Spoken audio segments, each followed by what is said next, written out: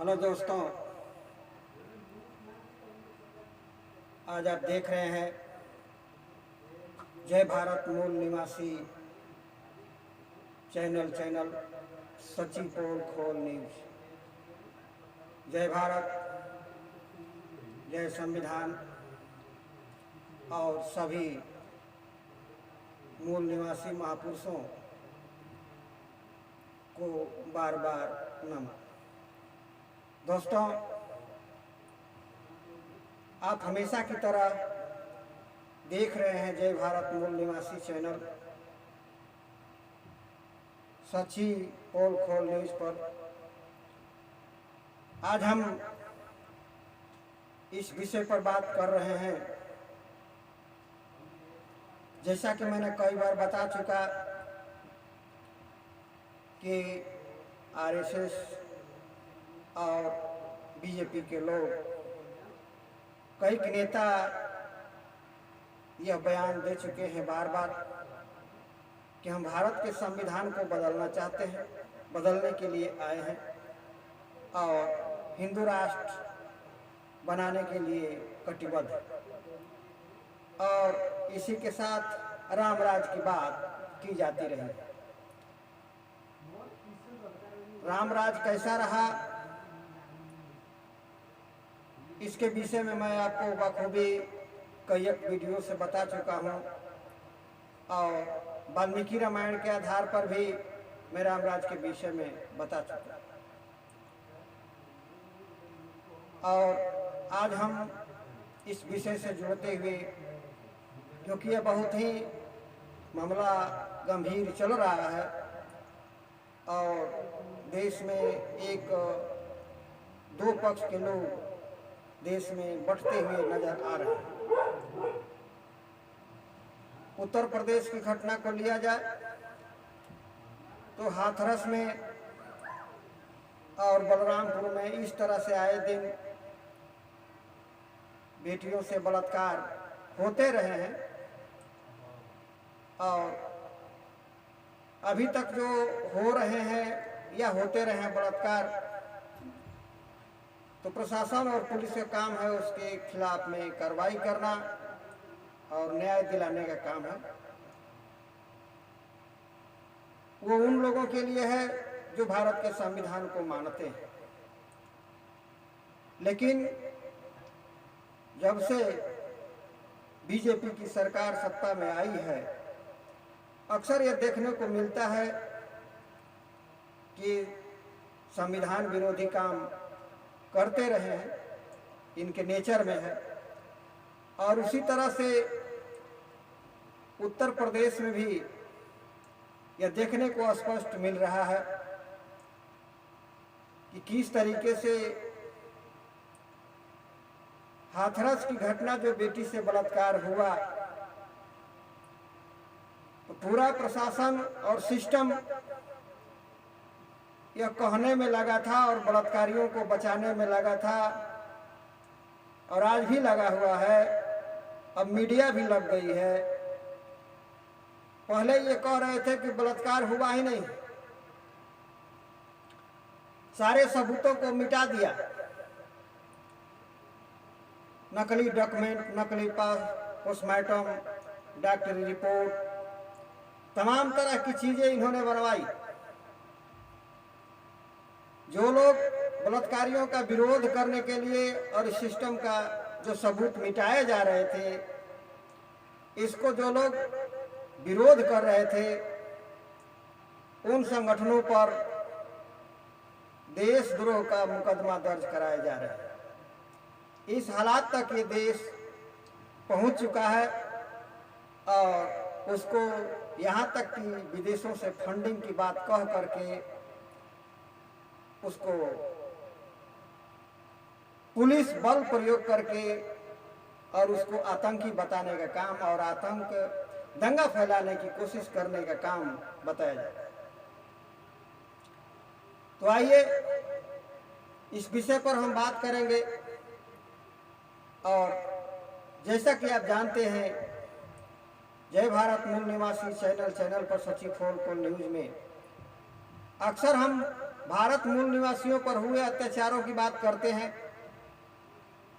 और किस सिस्टम से, किस मान्यता के आधार पर हुआ और किस तरह से समाज को गुमराह किया गया, इसकी हम बात करते रहे। आज भी अब हम बहुत सारे वायरल वीडियो को देखने के बाद, बहुत सारे संगठनों की बात समझने की बाद, जो मुझे एहसास हो रहा है उसकी बात मैं करूं। जिस तरीके से हाथरस में, हाथरस की गुड़िया अब नाम बदल करके उसको दे दिया गया है, तो हाथरस की गुड़िया को के साथ रेप हुआ और उसकी गर्दन और रीढ़ की हड्डी तोड़ दी गई, जबान काट ली गई और 11 दिनों तक उसको थाने में एफआईआर या जो प्रशासनिक कार्रवाई होना था वो नहीं की गई। 11 दिनों के बाद पोस्टमार्टम कराया गया और सारे सबूतों को मिटाने का प्रयास किया गया और ठीक वैसे ही घटना बलरामपुर में भी कुछ दिनों के बाद, जब ये लाश जला दिए गए, कुछ दिनों के बाद देखने को मिला और ठीक वैसे ही उस लड़की को भी के साथ गैंग रेप होता है, उसकी गर्दन मरोड़ दी जाती है, उसको अच्छी तरह से मारा जाता है, हड्डियां तोड़ दी जाती है, हाथ पैर तोड़ दिए जाते हैं और लास्ट में उसकी मौत हो जाती है। हाथरस की बेटी को भी मौत हो चुकी है और पुलिस प्रशासन ने सबूत को मिटाने के लिए 3 बजे रात में उसकी लाश भी जला चुकी है। अभी भी पूरा सिस्टम वो लगा हुआ है ताकि जो बलात्कारी हैं, क्योंकि उनके नाम तक वो लड़की अपने माँ बाप से बता चुकी है, नाम का खुलासा हो चुका है और उन आरोपियों को बताने के लिए, बचाने में पूरा सिस्टम लगा हुआ है। तो ध्यान देने जोगी ये बात है कि पहले ये कह रहे थे कि बलात्कार हुआ ही नहीं, पूरा सिस्टम डीएम से लेकर के डीएसपी से लेकर के पूरे उसके घर को छावनी में तब्दील कर दिया गया, फौज लगा दिया गया और जाने वालों को लाठियां बरसाई गई। कहा जा रहा था कि बलात्कार हुआ ही नहीं और अब यह रंग दिया जा रहा है कि उसके भाई ने बलात्कार किया है। तो आइए इस सिस्टम पर मैं वीडियो क्लिप पर कुछ बात देखता हूं, इसके बाद मैं एक ऐसी कहानी की शुरुआत करूंगा जो उस कहानी को देख करके आप समझ जाएंगे कि आज ये कोई नई बात नहीं है, आज ये कोई नई बात नहीं है, पहले से होता रहा है और भारत मूल निवासियों की बेटियों के साथ, भारत की बेटियों के साथ बलात्कार होते रहे हैं और उनको निर्दोष साबित किया जाता रहा है और इतना ही तक सीमा नहीं रहा है, उन बलात्कारियों को, भारत की बेटियों से बलात्कार करने वालों को भगवान का दर्जा भी देने का काम इन मनुवादियों ने किया और आप भी उसको मान गए, आप भी पीढ़ी दर पीढ़ी उसको मानते आ रहे हैं।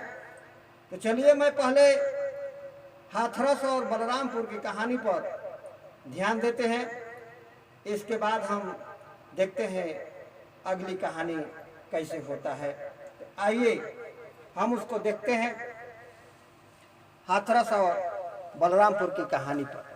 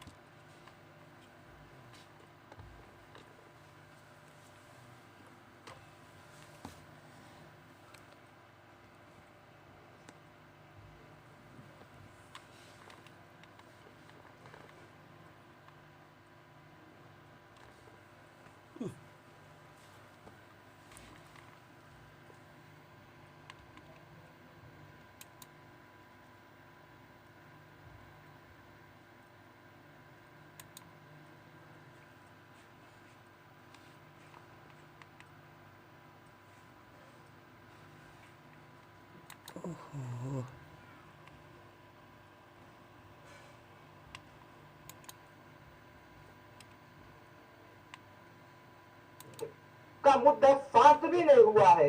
दरिंदों ने एक और पीड़िता के साथ गैंगरेप किया। आइए हम आपको सारी डिटेल्स में जानकारी देंगे, आप हमारे साथ शुरू से अंत तक बने रहिए। है सेम उसी स्टोरी पे मनीषा वाल्मीकि जी का मुद्दा अभी तक शांत नहीं हुआ है। मनीषा वाल्मीकि जैसे सेम घटना जैसे कि दबंगों ने मनीषा वाल्मीकि जी के साथ बलात्कार किया, गैंगरेप किया, उसके बाद उनकी गर्दन की हड्डी तोड़ी, उसकी तोड़ दी जाती है, उसके बाद उनकी रीढ़ की हड्डी तोड़ दी जाती है, उसके बाद उनकी जीभ काट लिया जाता है। सेम उसी स्टोरी पे जो घटना घटी है, जो हम आपको आपके सामने बताने जा रहे हैं, सेम उसी स्टोरी पे इस मासूम बच्ची के साथ घटना हुआ है। जैसे कि मनीषा वाल्मीकि जी के साथ हुआ, अभी तक हाथरस का मुद्दा शांत भी नहीं हुआ है। दरिंदों ने एक और पीड़िता के साथ गैंगरेप किया। आइए हम आपको सारी डिटेल्स में जानकारी देंगे, आप हमारे साथ शुरू से अंत तक बने रहिए। हम आपको बताएंगे क्या है पूरा मामला। 22 वर्षीय बहुजन बेटी छात्रा बेटी के साथ गैंगरेप होता है। बहुजन समाज की बेटी बीए द्वितीय वर्ष का बिमला विक्रम महाविद्यालय में से एडमिशन कराकर वापस आ रही थी।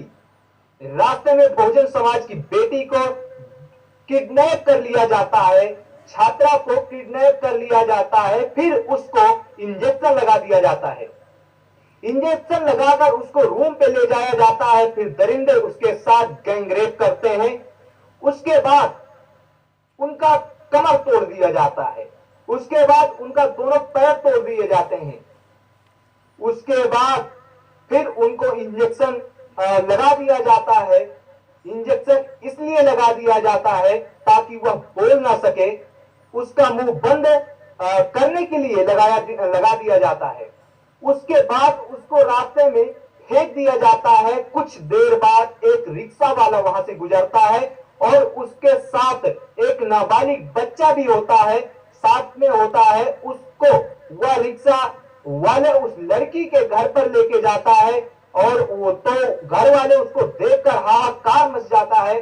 जब रिक्शा वाला उसको छोड़कर वहां से जाता है, उसके बाद उस बच्ची की हालत बहुत ज्यादा खराब हो जाती है। घर वाले तुरंत प्राइवेट कार मंगवाते हैं। उस कार से बच्ची को हॉस्पिटल की तरफ लेकर जाया जाता है। हॉस्पिटल पहुंचने से पहले उस 22 वर्षीय बच्ची रास्ते में ही दम तोड़ देती है, अपने परिवार का साथ छोड़ देती है। अभी मामला यहां समाप्त नहीं हुआ है, हम आपको दिखाएंगे क्या है वो पूरा मामला। आप हमारे साथ शुरू से अंत तक बने रहिए।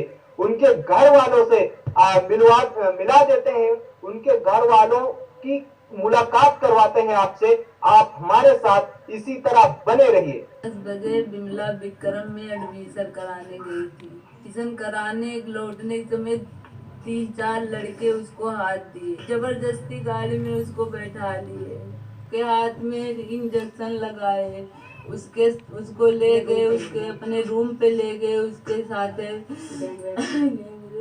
हमारे बच्ची का पैर तोड़ दिए, कमर तोड़ दिए। हमारी बच्ची एकदम अपंग हो गई थी। हमारी बच्ची को रिक्शा वाला लाया, लाद के मेरे घर पे भेज दिए।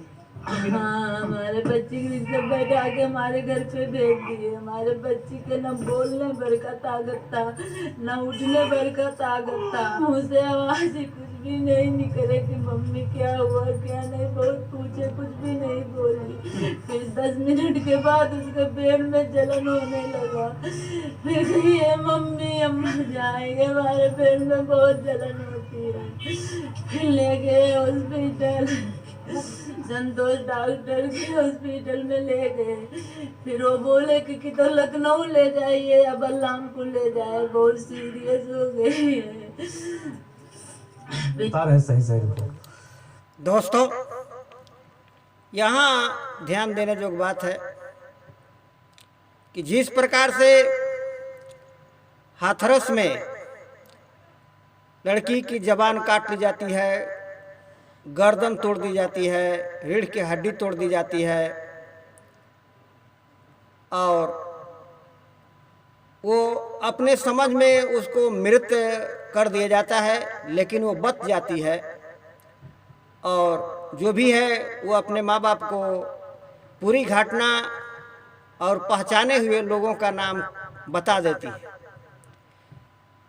ठीक है, ऐसे ही ये घटना देखने को मिल रहा है बलरामपुर में।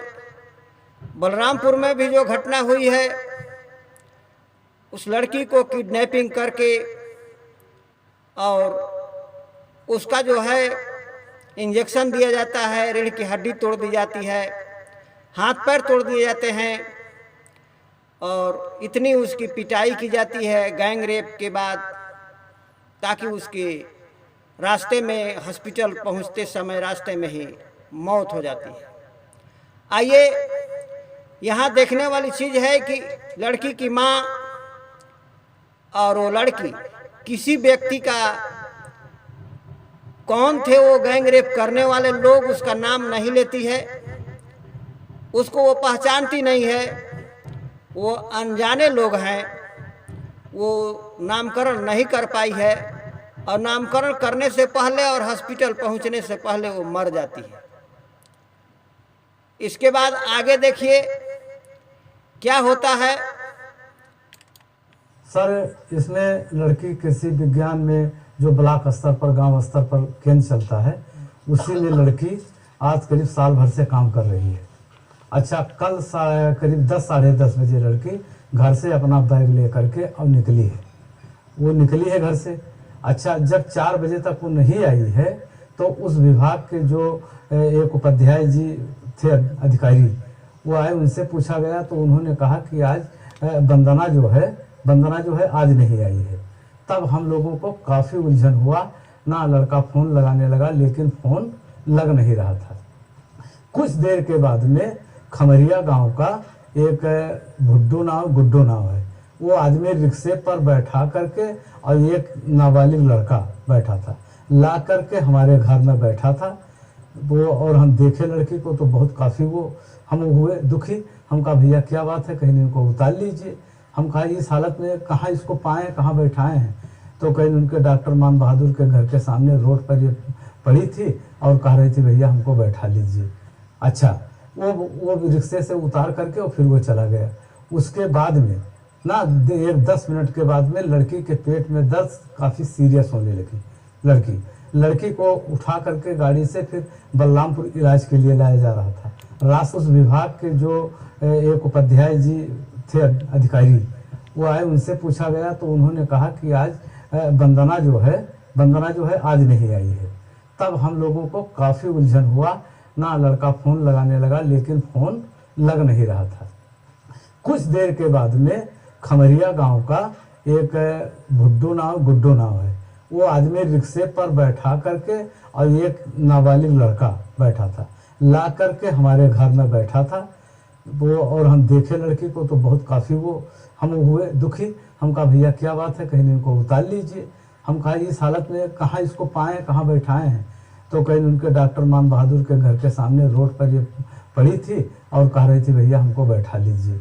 अच्छा, वो रिक्शे से उतार करके और फिर वो चला गया। उसके बाद में ना 10 मिनट के बाद में लड़की के पेट में दर्द काफ़ी सीरियस होने लगी। लड़की को उठा करके गाड़ी से फिर बलरामपुर इलाज के लिए लाया जा रहा था। रास्ते में ही लड़की एक्सपायर कर गई।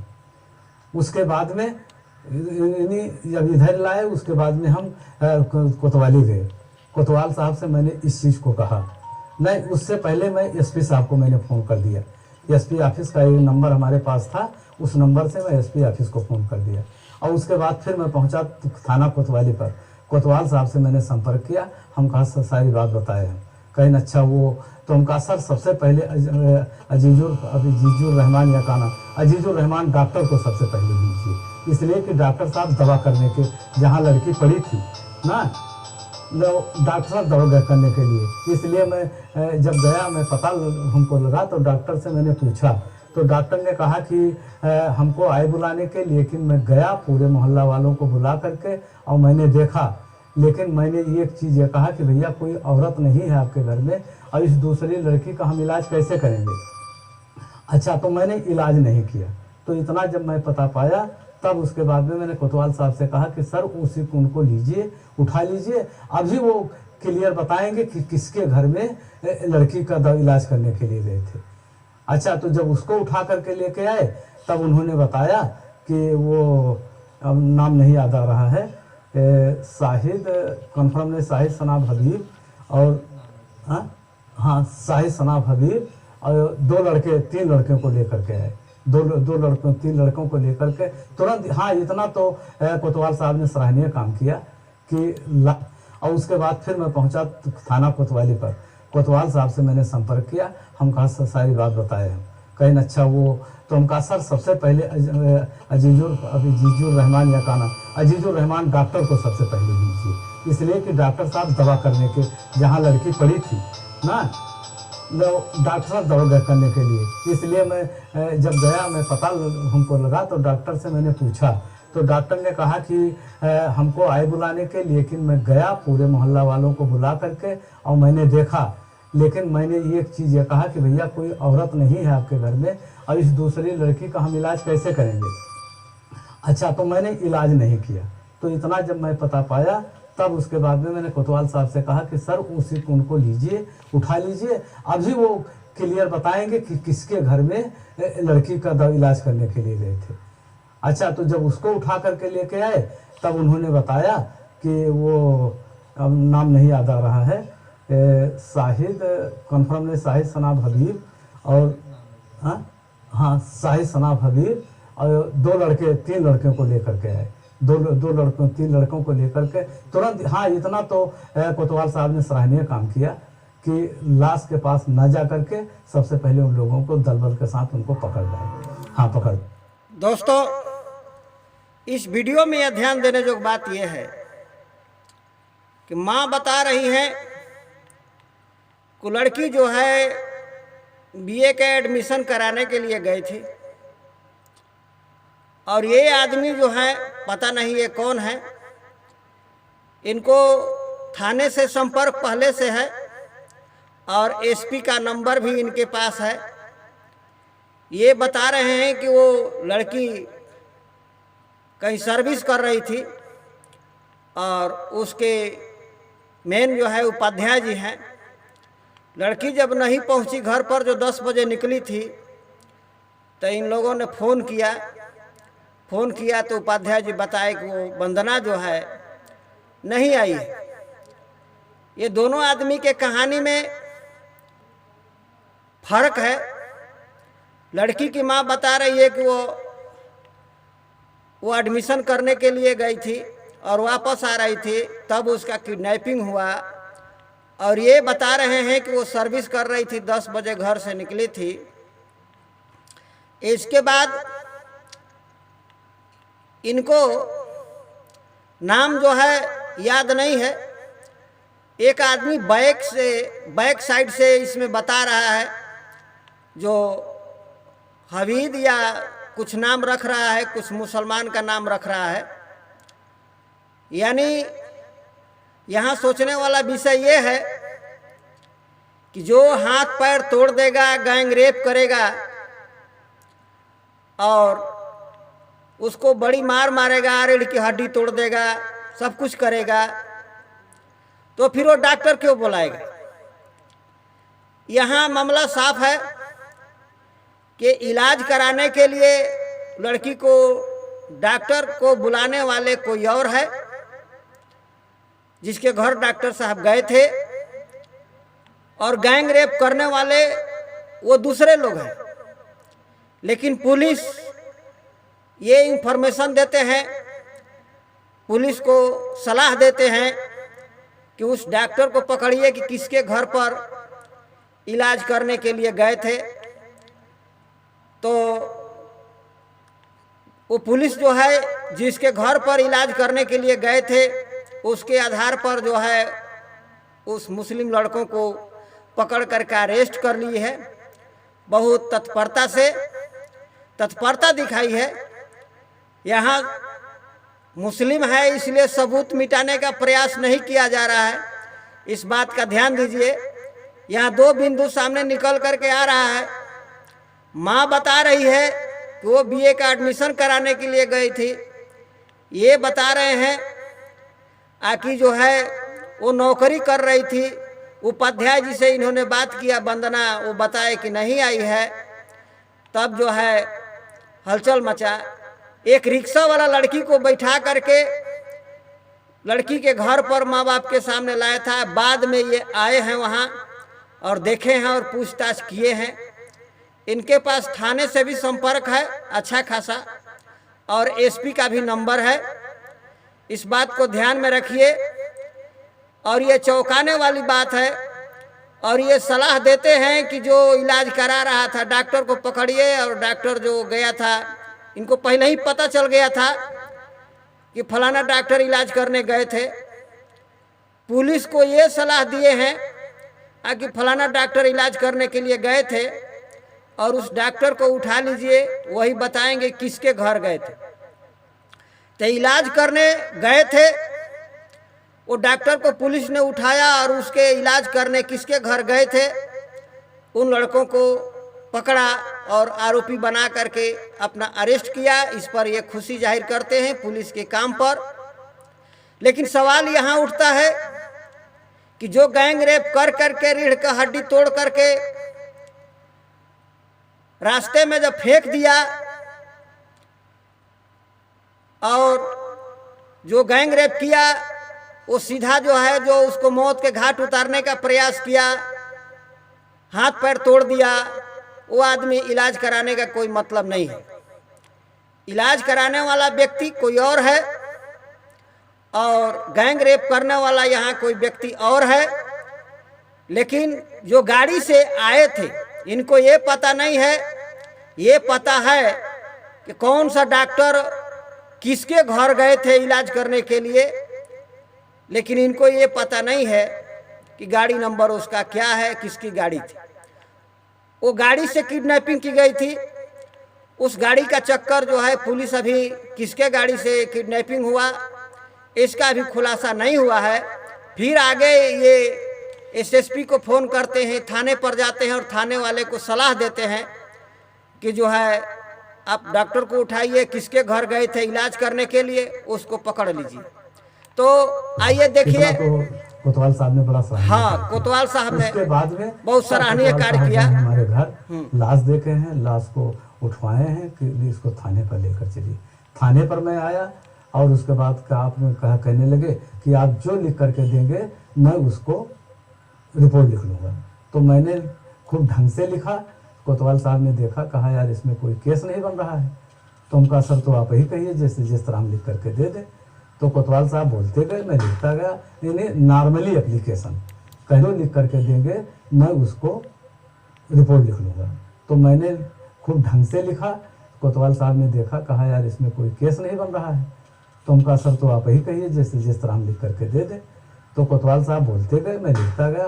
यानी नॉर्मली एप्लीकेशन कहने लगे जब पोस्टमार्टम रिपोर्ट आ जाएगी, जब पोस्टमार्टम रिपोर्ट आ जाएगी तो सारे केस बन जाएंगे। उसके लिए वो लाश को उठवाए हैं कि इसको थाने पर लेकर चलिए। थाने पर मैं आया और उसके बाद का आपने कहने लगे कि आप जो लिख करके देंगे मैं उसको रिपोर्ट लिख लूँगा। तो मैंने खूब ढंग से लिखा। कोतवाल साहब ने देखा, कहा यार इसमें कोई केस नहीं बन रहा है। तो उनका सर तो आप ही कहिए जैसे जिस तरह हम लिख करके दे दें। तो कोतवाल साहब बोलते गए, मैं लिखता गया। यानी नॉर्मली एप्लीकेशन कहने लगे जब पोस्टमार्टम रिपोर्ट आ जाएगी, जब पोस्टमार्टम रिपोर्ट आ जाएगी तो सारे केस बन जाएंगे। उसके यहाँ ध्यान देने वाली बात यह भी है कि एप्लीकेशन वहाँ थाना प्रभारी कहते हैं कि आप जो लिख करके देंगे हम रिपोर्ट लिखने के लिए तैयार हैं। ये अपने समझ से रिपोर्ट लिखते हैं तो थाना प्रभारी महोदय कहते हैं कि इसमें कोई केस नहीं बन रहा है।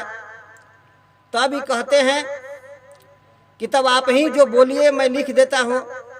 तो थाना प्रभारी महोदय ने बोला और इन्होंने केस लिखा। थाना प्रभारी महोदय ने जो बोला इन्होंने लिखा और उसको एफआईआर के रूप में लिया गया। यानी सारे केस जो है थाना प्रभारी महोदय नॉर्मली एफआईआर के रूप में लिखवाया।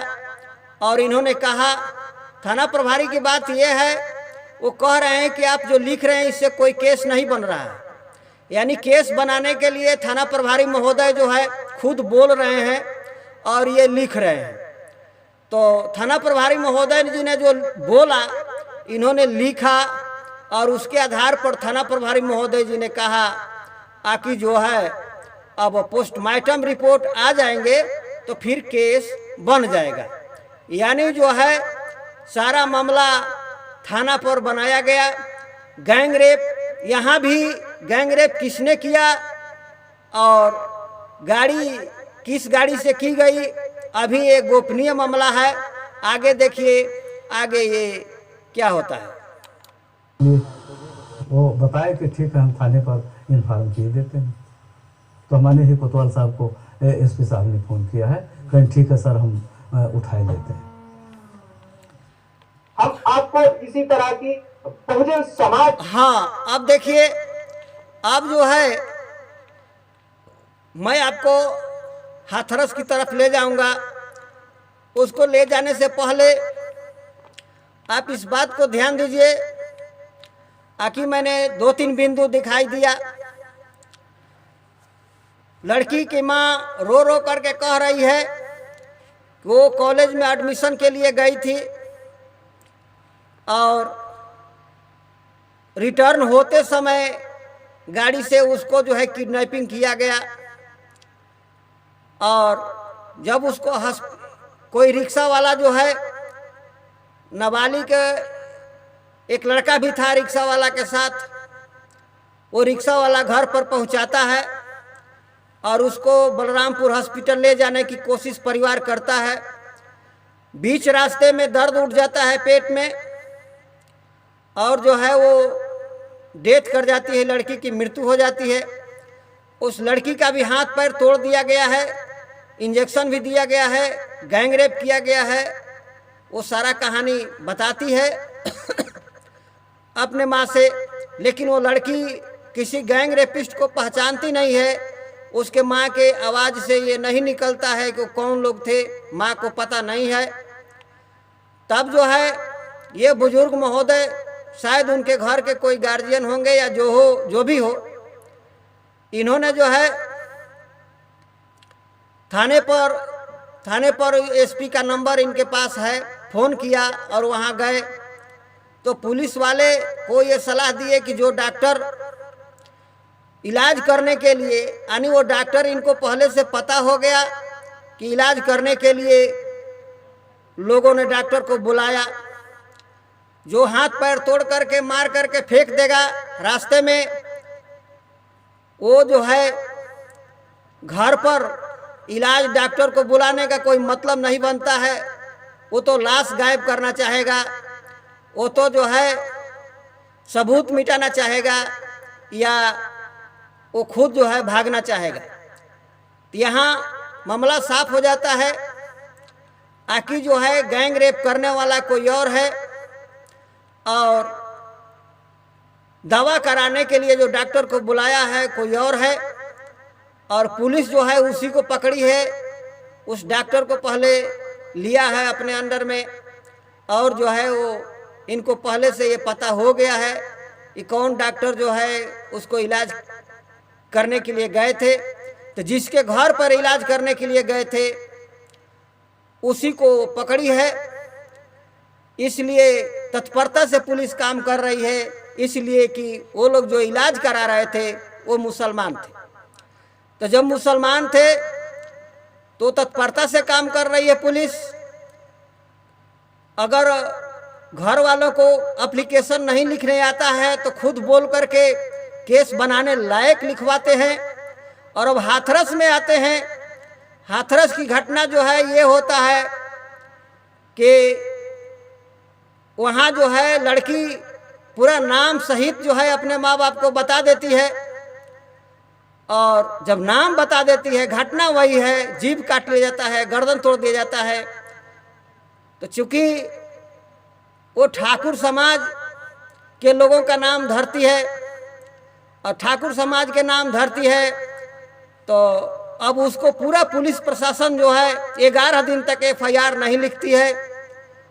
फिर उसका पूरा पुलिस प्रशासन जो है उसको सबूत मिटाने का हर प्रयास करती है और DM से लेकर DSP तक कहते हैं कि बलात्कार ही नहीं हुआ, वो ईंट से चोट लगने से जबान कट गई है और ईंट की गला दबाने से मृत्यु हुआ है। ये सारा कहानी गढ़े जा रहे हैं। आइए उसको देखते हैं। पूरे के पूरे गांव को एक किले हाँ, में इसको ध्यान से सुनिए। हुआ है, परिंदा भी पर नहीं मार सकता वहां पर, लेकिन ये आरोपी कैसे घुस जाता है। लेकिन ये फोटो पूर्ण रूप से बताती है, ये प्रशांत कुमार जी है, ADG लॉ एंड ऑर्डर, इनके साथ ही ये आरोपी खड़ा दिखता है। ना सिर्फ ये आरोपी इनके साथ खड़ा हुआ बल्कि भाजपा के बड़े बड़े नेताओं के साथ इस आरोपी की तस्वीरें हमें मिली। तो इससे बिल्कुल साफ है कि जो योगी सरकार है वो जो है आरोपियों को बचाने का काम कर रही है और विपक्ष ही ये आरोपी खड़ा दिखता है। ना सिर्फ ये आरोपी इनके साथ रूप से बताती है, ये प्रशांत कुमार जी है, ADG लॉ एंड ऑर्डर, इनके साथ ही ये आरोपी खड़ा दिखता है। ना सिर्फ ये आरोपी इनके साथ खड़ा हुआ बल्कि भाजपा के बड़े बड़े नेताओं के साथ इस आरोपी की तस्वीरें हमें मिली। तो इससे बिल्कुल हाँ, ध्यान दीजिए। अब मैं आपको हाथरस के तरफ ले जाते हैं। ये आम आदमी पार्टी के महिला नेता हैं। ये जो डॉक्यूमेंट निकाल करके दिखा रही हैं, ये स्पष्ट रूप से जहां 144 लागू है, आपने वीडियो में देखा होगा सोशल मीडिया पर, जहां जो आंदोलनकारी हैं या जो घर पर मिलना चाहते हैं, बलात्कारियों का विरोध करते हैं, उन पर पुलिस से लाठियां बरसाई जा रही है। योगी सरकार उसको और पुलिस जाने नहीं देती है। और दूसरी तरफ हाथरस में वहाँ के जो ठाकुर समाज है, वो जो है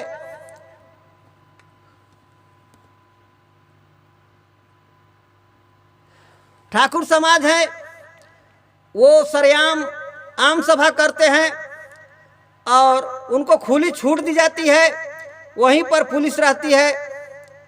और जो ये मैडम जी जो आम आदमी पार्टी के नेता हैं, जो तस्वीरें दिखा रही हैं, उस तस्वीर में जो आरोपी है वो लॉ एंड ऑर्डर जिसकी जिम्मेवारी है DSP साहब, उनके साथ ये वो आदमी आरोपी खड़ा है और BJP के नेताओं के साथ वो खड़ा है। यानी ये BJP के नेता से मिलने जुलने वाले ये आरोपी लोग, और इसीलिए सरकार जो है पूरी तरह से सिस्टम आरोपी को बचाने में लगी है और पूरा सबूत मिटा दिया गया। आगे देखिए ये क्या कह रही है। साफ है कि जो योगी सरकार है वो जो है आरोपियों को बचाने का काम कर रही है और विपक्ष को दबाने का काम कर रही है। माननीय राज्यसभा सांसद संजय सिंह जी, मैं स्वयं मंत्री राजेंद्र प्रसाद गौतम जी, अजय दत्त जी और पंजाब से हमारे लीडर ऑफ अपोजिशन चीमा जी, हम सब लोग पीड़िता के परिवार से मिलने के लिए गए, उनका दुख साझा करने, उनका ढांढस बंधाने और किस प्रकार से हादसा हुआ और क्या माहौल अभी उनके साथ चल रहा है, ये सब जानकारी लेने के लिए, उनसे मिलने के लिए कल हम गए। और जिस प्रकार से हमारे साथ कल यूपी की पुलिस के मौजूदगी में हमला होता है, बेहद दुखद है। और लगातार जब कल परिवार से बात करी, परिवार के में उनके पिताजी और माताजी से बात करी, तो परिवार से बात कर हम लोगों को पता चला कि किस प्रकार से योगी जी और उनकी सरकार मिलकर दोषियों को बचा रही है।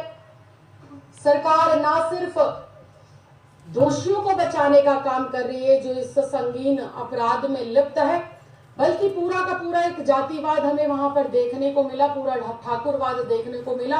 क्योंकि जो यूपी के मुख्यमंत्री हैं वो खुद इस जाति से आते हैं, ठाकुर जाति से आते हैं, और पूरा का पूरा वहां पर कल हम लोगों ने इस बात को समझा और महसूस करा। परिवार के लोगों ने लगातार हमें बताया कि उन पर 24 घंटे निगरानी रखी जाती है, उन्हें नजरबंद किया हुआ है। लगातार आसपास के गांवों के अंदर ठाकुर समाज के लोगों की पंचायत हो रही है, धमकी दी जा रही है केस वापस लेने के लिए, कुछ भी ना कहने के लिए। और मुझे ये कल समझ नहीं आया बिल्कुल भी कि आसपास के गांवों में और गांव के भीतर ठाकुर समाज के लोग पीड़िता के खिलाफ और पीड़िता के परिवार को डराने धमकाने के लिए पंचायत कर रहे हैं। खुलेआम सोशल मीडिया पर तस्वीरें वायरल हो रही है, किस प्रकार से धमकी दी जा रही है। लेकिन जब एक चुने हुए लोग, चुना हुआ विपक्ष परिवार से मिलने के लिए जाता है, सिस्टम की और प्रशासन की सारी बातों को मानता है, तब उनके ऊपर हमला किया जाता है। यह हमला भी पूरा का पूरा सुनियोजित था। जिस प्रकार यूपी के मुख्यमंत्री हैं, वो खुद इस जाति से आते हैं, ठाकुर जाति से आते हैं, और पूरा का पूरा वहां पर कल हम लोगों ने इस बात को समझा और महसूस करा। परिवार के लोगों ने लगातार हमें बताया कि उन पर 24 घंटे निगरानी रखी जाती है, उन्हें नजरबंद किया हुआ है। लगातार आसपास के गांवों के अंदर ठाकुर समाज के लोगों की पंचायत हो रही है, धमकी दी जा रही है केस वापस लेने के लिए, कुछ भी ना कहने के लिए। और मुझे ये कल समझ नहीं आया बिल्कुल भी कि आसपास के गांवों में और गांव के भीतर ठाकुर समाज के लोग पीड़िता के खिलाफ और पीड़िता के परिवार को डराने धमकाने के लिए पंचायत कर रहे हैं। खुलेआम सोशल मीडिया पर तस्वीरें वायरल हो रही है, किस प्रकार से धमकी दी जा रही है। लेकिन जब एक चुने हुए लोग, चुना हुआ विपक्ष परिवार से मिलने के लिए जाता है, सिस्टम की और प्रशासन की सारी बातों को मानता है, तब उनके ऊपर हमला किया जाता है। यह हमला भी पूरा का पूरा सुनियोजित था। जिस प्रकार से दीपक मिश्रा नाम के आरोपी ने इंक फेंकी, जिस प्रकार से उसने वहां पर नारेबाजी करी, पूरे के पूरे गांव को एक किले में तब्दील किया हुआ है, परिंदा भी पर नहीं मार सकता वहां पर। लेकिन ये आरोपी कैसे घुस जाता है। लेकिन उस ये फोटो पूर्ण रूप से बताती है, ये प्रशांत कुमार जी है, एडीजी लॉ एंड ऑर्डर, इनके साथ ही ये आरोपी खड़ा दिखता है। ना सिर्फ ये आरोपी इनके साथ खड़ा हुआ, बल्कि भाजपा के बड़े बड़े नेताओं के साथ इस आरोपी की तस्वीरें हमें मिली। तो इससे बिल्कुल साफ है जिस प्रकार से उसने वहां पर नारेबाजी करी, पूरे के पूरे गांव को एक किले में तब्दील किया हुआ है, परिंदा भी पर नहीं मार सकता वहां पर। लेकिन ये आरोपी कैसे घुस जाता है। लेकिन उस ये फोटो पूर्ण रूप से बताती है, ये प्रशांत कुमार जी है, एडीजी लॉ एंड ऑर्डर, इनके साथ ही ये आरोपी खड़ा दिखता है। ना सिर्फ ये आरोपी इनके साथ खड़ा हुआ, बल्कि भाजपा के बड़े बड़े नेताओं के साथ इस आरोपी की तस्वीरें हमें मिली। तो इससे बिल्कुल साफ है कि जो योगी सरकार है वो जो है आरोपियों को बचाने का काम कर रही है और विपक्ष को दबाने का काम कर रही है। अगर विपक्ष को दबाने का काम नहीं कर रही है तो कोई भी विपक्ष वहां जाता है, किसी के ऊपर लाठीचार्ज होती है, किसी का सर फोड़ दिया जाता है। विपक्ष के लोगों के ऊपर 14 एफआईआर जो बलात्कारियों के लिए फांसी की सजा मांग रहे हैं, पीड़िता के लिए न्याय की बात कर रहे हैं, उनके ऊपर आप लोग 14 एफआईआर करते हैं। और कल तो बिल्कुल ही अति हो गई। एक बेटी होने के नाते मैं परिवार के लोगों से मिलने गई, एक प्रतिनिधि होने के नाते मैं परिवार का दुख साझा करने गई, और खुद मेरे ऊपर ही पुलिस की कस्टडी में यह हमला होता है। बात मेरे ऊपर हमले की नहीं है, बात यह है कि उस पीड़िता को न्याय मिले। योगी जी हमारे ऊपर गोलियां चलवाएं, हमारे ऊपर इंक फुकवाएं, हमारे ऊपर तमाम तरह की एफआईआर करें, लेकिन हम लोग हाथ रस की गुड़िया के लिए न्याय लेकर रहेंगे। सबसे शर्मिंदगी की बात यह है कि योगी सरकार और प्रशासन कहता है कि पीड़िता के साथ बलात्कार हुआ ही नहीं है। ये विपक्ष झूठ बोल रहा है। अगर विपक्ष झूठ बोल रहा है तो अलीगढ़ का मेडिकल जो कॉलेज है, अलीगढ़ का जो अस्पताल है, जिसके अंदर पीड़िता लगभग हफ्ते से 10 दिन तक रही, उसकी पहली प्राथमिक रिपोर्ट में पूर्ण रूप से ये साबित हुआ है कि उस लड़की के साथ बलात्कार हुआ है। ये रिपोर्ट विपक्ष ने नहीं बनाई, ये रिपोर्ट आम आदमी पार्टी ने नहीं बनाई, ये अलीगढ़ यूपी सरकार के अंतर्गत आने वाले अस्पताल के डॉक्टर ने ये रिपोर्ट बनाई है। और ये रिपोर्ट 22 सितंबर की ये रिपोर्ट कहती है कि हाथरस की गुड़िया के साथ गैंगरेप हुआ था। दूसरी बात, लगातार विपक्ष के ऊपर तो आप लोग एफआईआर दर्ज करा रहे हैं, विपक्ष के ऊपर तो योगी की सरकार लाठीचार्ज करा रही है, लेकिन पीड़िता को न्याय दिलाने के लिए काम नहीं कर रही है। 3 दिन पहले कहा गया कि सीबीआई को जांच सौंप दी गई है, लेकिन सीबीआई ने अभी तक भी सीबीआई ने ऑफिशियली इस केस को टेक ओवर नहीं करा है। उनके पास किसी भी प्रकार का कोई नोटिफिकेशन नहीं पहुंचा है। तो क्या कह देने भर से सीबीआई की इंक्वायरी हो जाएगी? मुंह के शब्दों से इंक्वायरी हो जाएगी? इंक्वायरी के लिए आपको कागज पत्री तैयार करनी पड़ेगी, आदेश देने पड़ेंगे। जिस प्रकार से आप प्रशासन को आदेश देते हैं कि रात के 2 बजे ही मृतक की जो है अंतिम जो है उसका संस्कार नहीं बल्कि सबूतों को नष्ट कर दिया जाए, परिवार को दिखाई ना जाए डेड बॉडी, ये प्रशासन की किस प्रकार से लापरवाही है। दलित विरोधी पूर्ण रूप से योगी सरकार घोषित हो गई, इसके प्रत्यक्ष रूप से हम लोगों को प्रमाण आए दिन मिल रहे हैं। क्योंकि जिस गांव के अंदर ये घटना घटी है वहां पर आए दिन ठाकुर समाज के लोग पीड़िता को डराने धमकाने का काम कर रहे हैं। और वही पीड़ित परिवार से जब उनके परिवार से, माँ से, बाप से, उनके भाइयों से मेरी बात हुई तो उन्होंने बिल्कुल मुझे ये बताया कि उन्हें अपनी जान की भी खतरा है और उनको जो है इस बात का भी खतरा है कि किस प्रकार से जो हमारी बेटी के साथ हुआ कहीं हमारे साथ वो सब दोहराया ना जाए और हमें कहीं मौत के घाट ना उतारा जाए। पूरा का पूरा जो दलित समाज है वो आज आक्रोश के अंदर है, आज वो गुस्से में है, क्योंकि योगी सरकार के शासन में जिस प्रकार से आए दिन दलितों पर अत्याचार बढ़ रहे हैं, दलितों की बेटियों की आबरू को लूटा जा रहा है, दलितों की बेटियों की इज्जत के साथ खिलवाड़ किया जा रहा है। पूरा देश आज इस भाजपा से और इस योगी सरकार से नफरत करता है और पूरे देश का दलित आज आक्रोश के अंदर है। और मैं फिर इस बात को कहना चाहती हूं कि योगी जी सिर्फ छोटे जो है अफसरों पर कार्रवाई करने से काम नहीं चलेंगे। वो अफसर भी आपकी बात मान रहे थे, वो अधिकारी भी आपकी बात मान रहे थे, वो शासन और प्रशासन के लोग मिलकर आपने जो हुक्म दिया उसको निभा रहे थे। और हम लोग लगातार हाथरस की गुड़िया के साथ जो अन्याय हुआ है उस पर एक ही बात कह रहे हैं कि योगी सरकार से, इस ढोंगी बाबा से, अजय कुमार बिष्ट से यूपी की सरकार नहीं संभल रही है, सत्ता नहीं संभल रही है। योगी को तुरंत इस्तीफा देना चाहिए और यूपी के अंदर राष्ट्रपति शासन तुरंत प्रभाव से लगाकर इस बेटी के परिवार को वाई श्रेणी की सुरक्षा मुहैया कराई जाए। हाँ, तो दोस्तों आप यह देख रहे हैं, इससे हाथरस की घटना में आपको इस बात का पता चला। अब जो है आप देखिए गुड़िया जो है किस तरीके से बयान में दे चुकी है।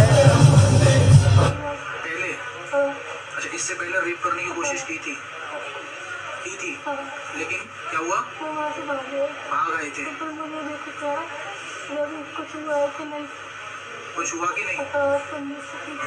अच्छा अच्छा, तो रवि कह रहा था कुछ हुआ कि नहीं? हाँ अच्छा, ये दोनों मिले हुए हैं तो उस समय तो बच गए आप। फिर उस दिन जिस दिन आपकी चोट लगी है उस दिन रेप हुआ है। अच्छा, दोनों ने किया तो कोई और भी था? जब बाकी सब भाग गए थे, जब मम्मी को देख के भाग गए थे तो आप उस समय होश में थे? थोड़ा सा होश था। अच्छा अच्छा, तो रेप हुआ आपके साथ, उसके बाद क्या किया? तो आप उस समय होश में थे? थोड़ा सा होश था पहले। तो आप उस समय होश में थे? थोड़ा सा होश था। अच्छा अच्छा, तो रेप हुआ आपके साथ, उसके बाद क्या किया?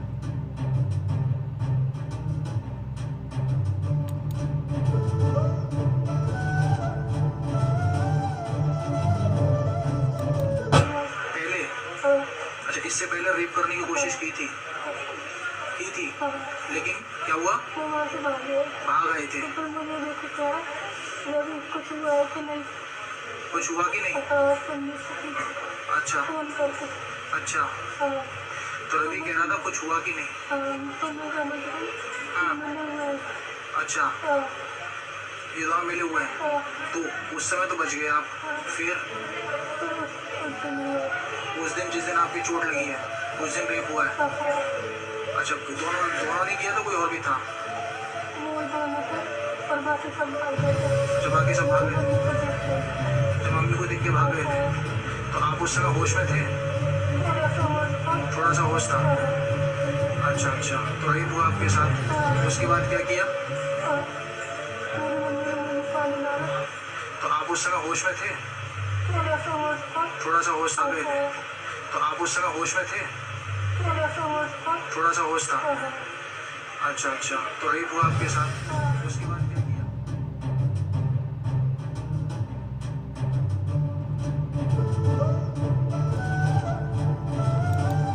तो दोस्तों, आप साफ साफ देख रहे हैं, ये हाथरस की बेटी थी मनीषा, जो हॉस्पिटल में स्पष्ट रूप से बता रही है, मरने से पहले का बयान है उसका, कि वो पहले भी कोशिश किए थे रेप करने के लिए, लेकिन वो बच गई थी। और फिर बाद में ये जो घटना घटी है उसके साथ गैंग रेप हुआ है, वो स्पष्ट रूप से इस बात को बता रही है। ये भी बता रही है कि जो है वो होश में, थोड़ा थोड़ा होश में थी, और जो है उसके साथ हालात बहुत बुरा हुआ। अब देखिए इनकी जो है, अब ये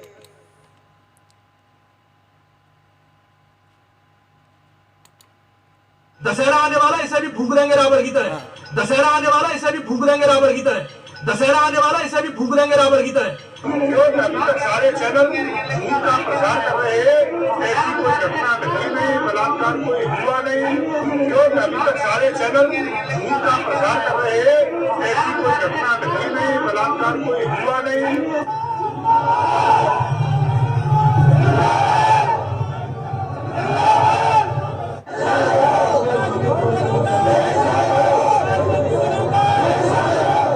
नमस्कार, मैं हूं धर्मेंद्र, आप देख रहे हैं ऑनलाइन न्यूज इंडिया। हाथरस की घटना के बाद में अब इसको दोनों पर कार्रवाई करनी चाहिए। आप देख ही दे रहे हैं, और वो भी पुलिस की मौजूदगी में। एक बार ये वीडियो आप जरूर देखिए। दशहरा आने वाला, इसे भी भूख रहेंगे रावण की तरह। और चेतावनी है बेटा, या तो भाई भाई मिलके काम कर ले, नहीं तो चेतावनी है राष्ट्रीय समर परिषद की, एक एक कार्यकर्ता समर भाई। पैसे हमारे लिए दलित समर कोई अलग नहीं, हम सब एक है।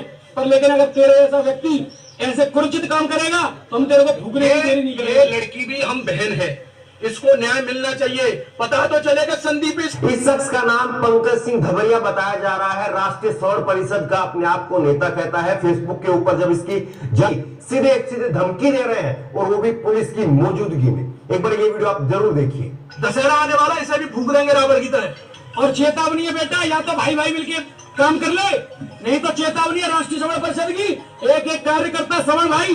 पैसे हमारे लिए दलित समर कोई अलग नहीं, हम सब एक है। पर लेकिन अगर तेरे ऐसा व्यक्ति ऐसे कुरुचित काम करेगा तो हम तेरे को भूखने की देरी नहीं करेंगे। ये लड़की भी हम बहन है, इसको न्याय मिलना चाहिए। पता तो चलेगा संदीप। इस शख्स का नाम पंकज सिंह धवरिया बताया जा रहा है, राष्ट्रीय स्वर्ण परिषद का अपने आप को नेता कहता है। फेसबुक के ऊपर जब इसकी जांच पड़ताल की गई तो इसका नाम पंकज सिंह धवरिया निकल करके आया है। लेकिन मामला यहीं तक नहीं रुकता है, मामला यहां से आगे पहुंच जाता है, और मामला पहुंच जाता है भाजपा के नेता और पूर्व विधायक राजवीर सिंह पहलवान।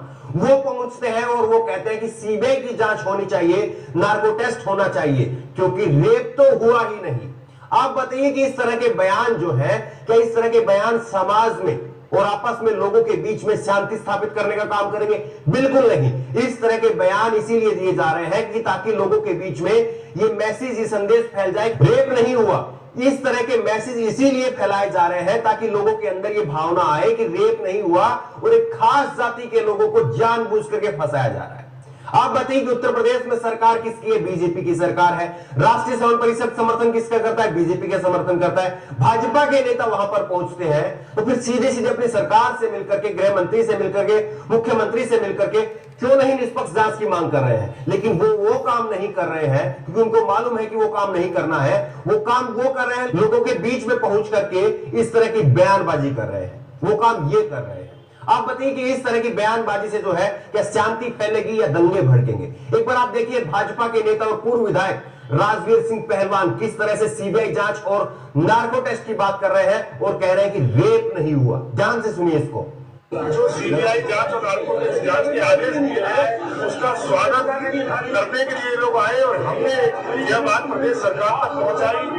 जन भावना को समाचार पत्रों में प्रकाशित किया कि लोगों की इच्छा है कि इसकी सीबीआई जांच और नार्को टेस्ट की जांच होनी चाहिए जिससे सत्यता सामने आए। क्योंकि अभी तक सारे चैनल झूठ का प्रचार कर रहे हैं, ऐसी कोई घटना घटी नहीं, बलात्कार कोई हुआ नहीं, आरोपी है। जो सीबीआई जांच और नार्को टेस्ट जांच के आदेश दिए हैं उसका स्वागत करने के लिए ये लोग आए और हमने यह बात प्रदेश सरकार तक पहुंचाई। जन भावना को समाचार पत्रों में प्रकाशित किया कि लोगों की इच्छा है कि इसकी सीबीआई जांच और नार्को टेस्ट की जांच होनी चाहिए जिससे सत्यता सामने आए। क्योंकि अभी तक सारे चैनल झूठ का प्रचार कर रहे हैं, ऐसी कोई घटना घटी नहीं, बलात्कार कोई हुआ नहीं, आरोपी पहले एफआईआर केवल एक था, सरकार तक पहुंचाई। जन भावना को समाचार पत्रों में प्रकाशित किया कि लोगों की इच्छा है कि इसकी सीबीआई जांच और नार्को टेस्ट की जांच होनी चाहिए जिससे सत्यता सामने आए। क्योंकि अभी तक सारे चैनल झूठ का प्रचार कर रहे हैं, ऐसी कोई घटना घटी नहीं, बलात्कार कोई हुआ नहीं, आरोपी पहले एफआईआर केवल एक था, चार गर्दन को ये कर दिया। ये सब सारी है, जांच करेगी। और अब आपको दिखाते हैं कि किस तरह से पुलिस की मौजूदगी में ये पंकज सिंह धबरिया नाम का जो शख्स है वो पुलिस की मौजूदगी में कितनी बड़ी भीड़ के साथ जो है वो इकट्ठा होता है और वहां पर इकट्ठा होकर के नारे लगाए जाते हैं। आपको याद होगा कि दिल्ली में भी जो है नारे लगाए गए थे। जब दिल्ली में दंगे भड़के थे उससे पहले नारे लगाए गए थे, गोली मारो, आगे आप मैं नहीं बोलूंगा, गोली मारो, इस तरह के खुलेआम जो है वो नारे लगाए गए थे। पुलिस की मौजूदगी में नारे लगाए थे और उसके बाद में जो हाल हुआ था वो हम सब ने देखा था। और आप देखिए कि किस तरह से जो है पुलिस की मौजूदगी में नारे लगाए जा रहे हैं। कुछ एक वीडियो जो है वो सोशल मीडिया पर वायरल हो रहे हैं, वो वीडियो हम नहीं दिखाएंगे ताकि लोगों के अंदर जो है वो शांति बनी रहे, लोगों के अंदर जहर ना फैले, इसलिए वो वीडियो नहीं दिखाएंगे। लेकिन इस तरह की वीडियो जो है वो अब वायरल की जा रही है। ये वीडियो आप देखिए।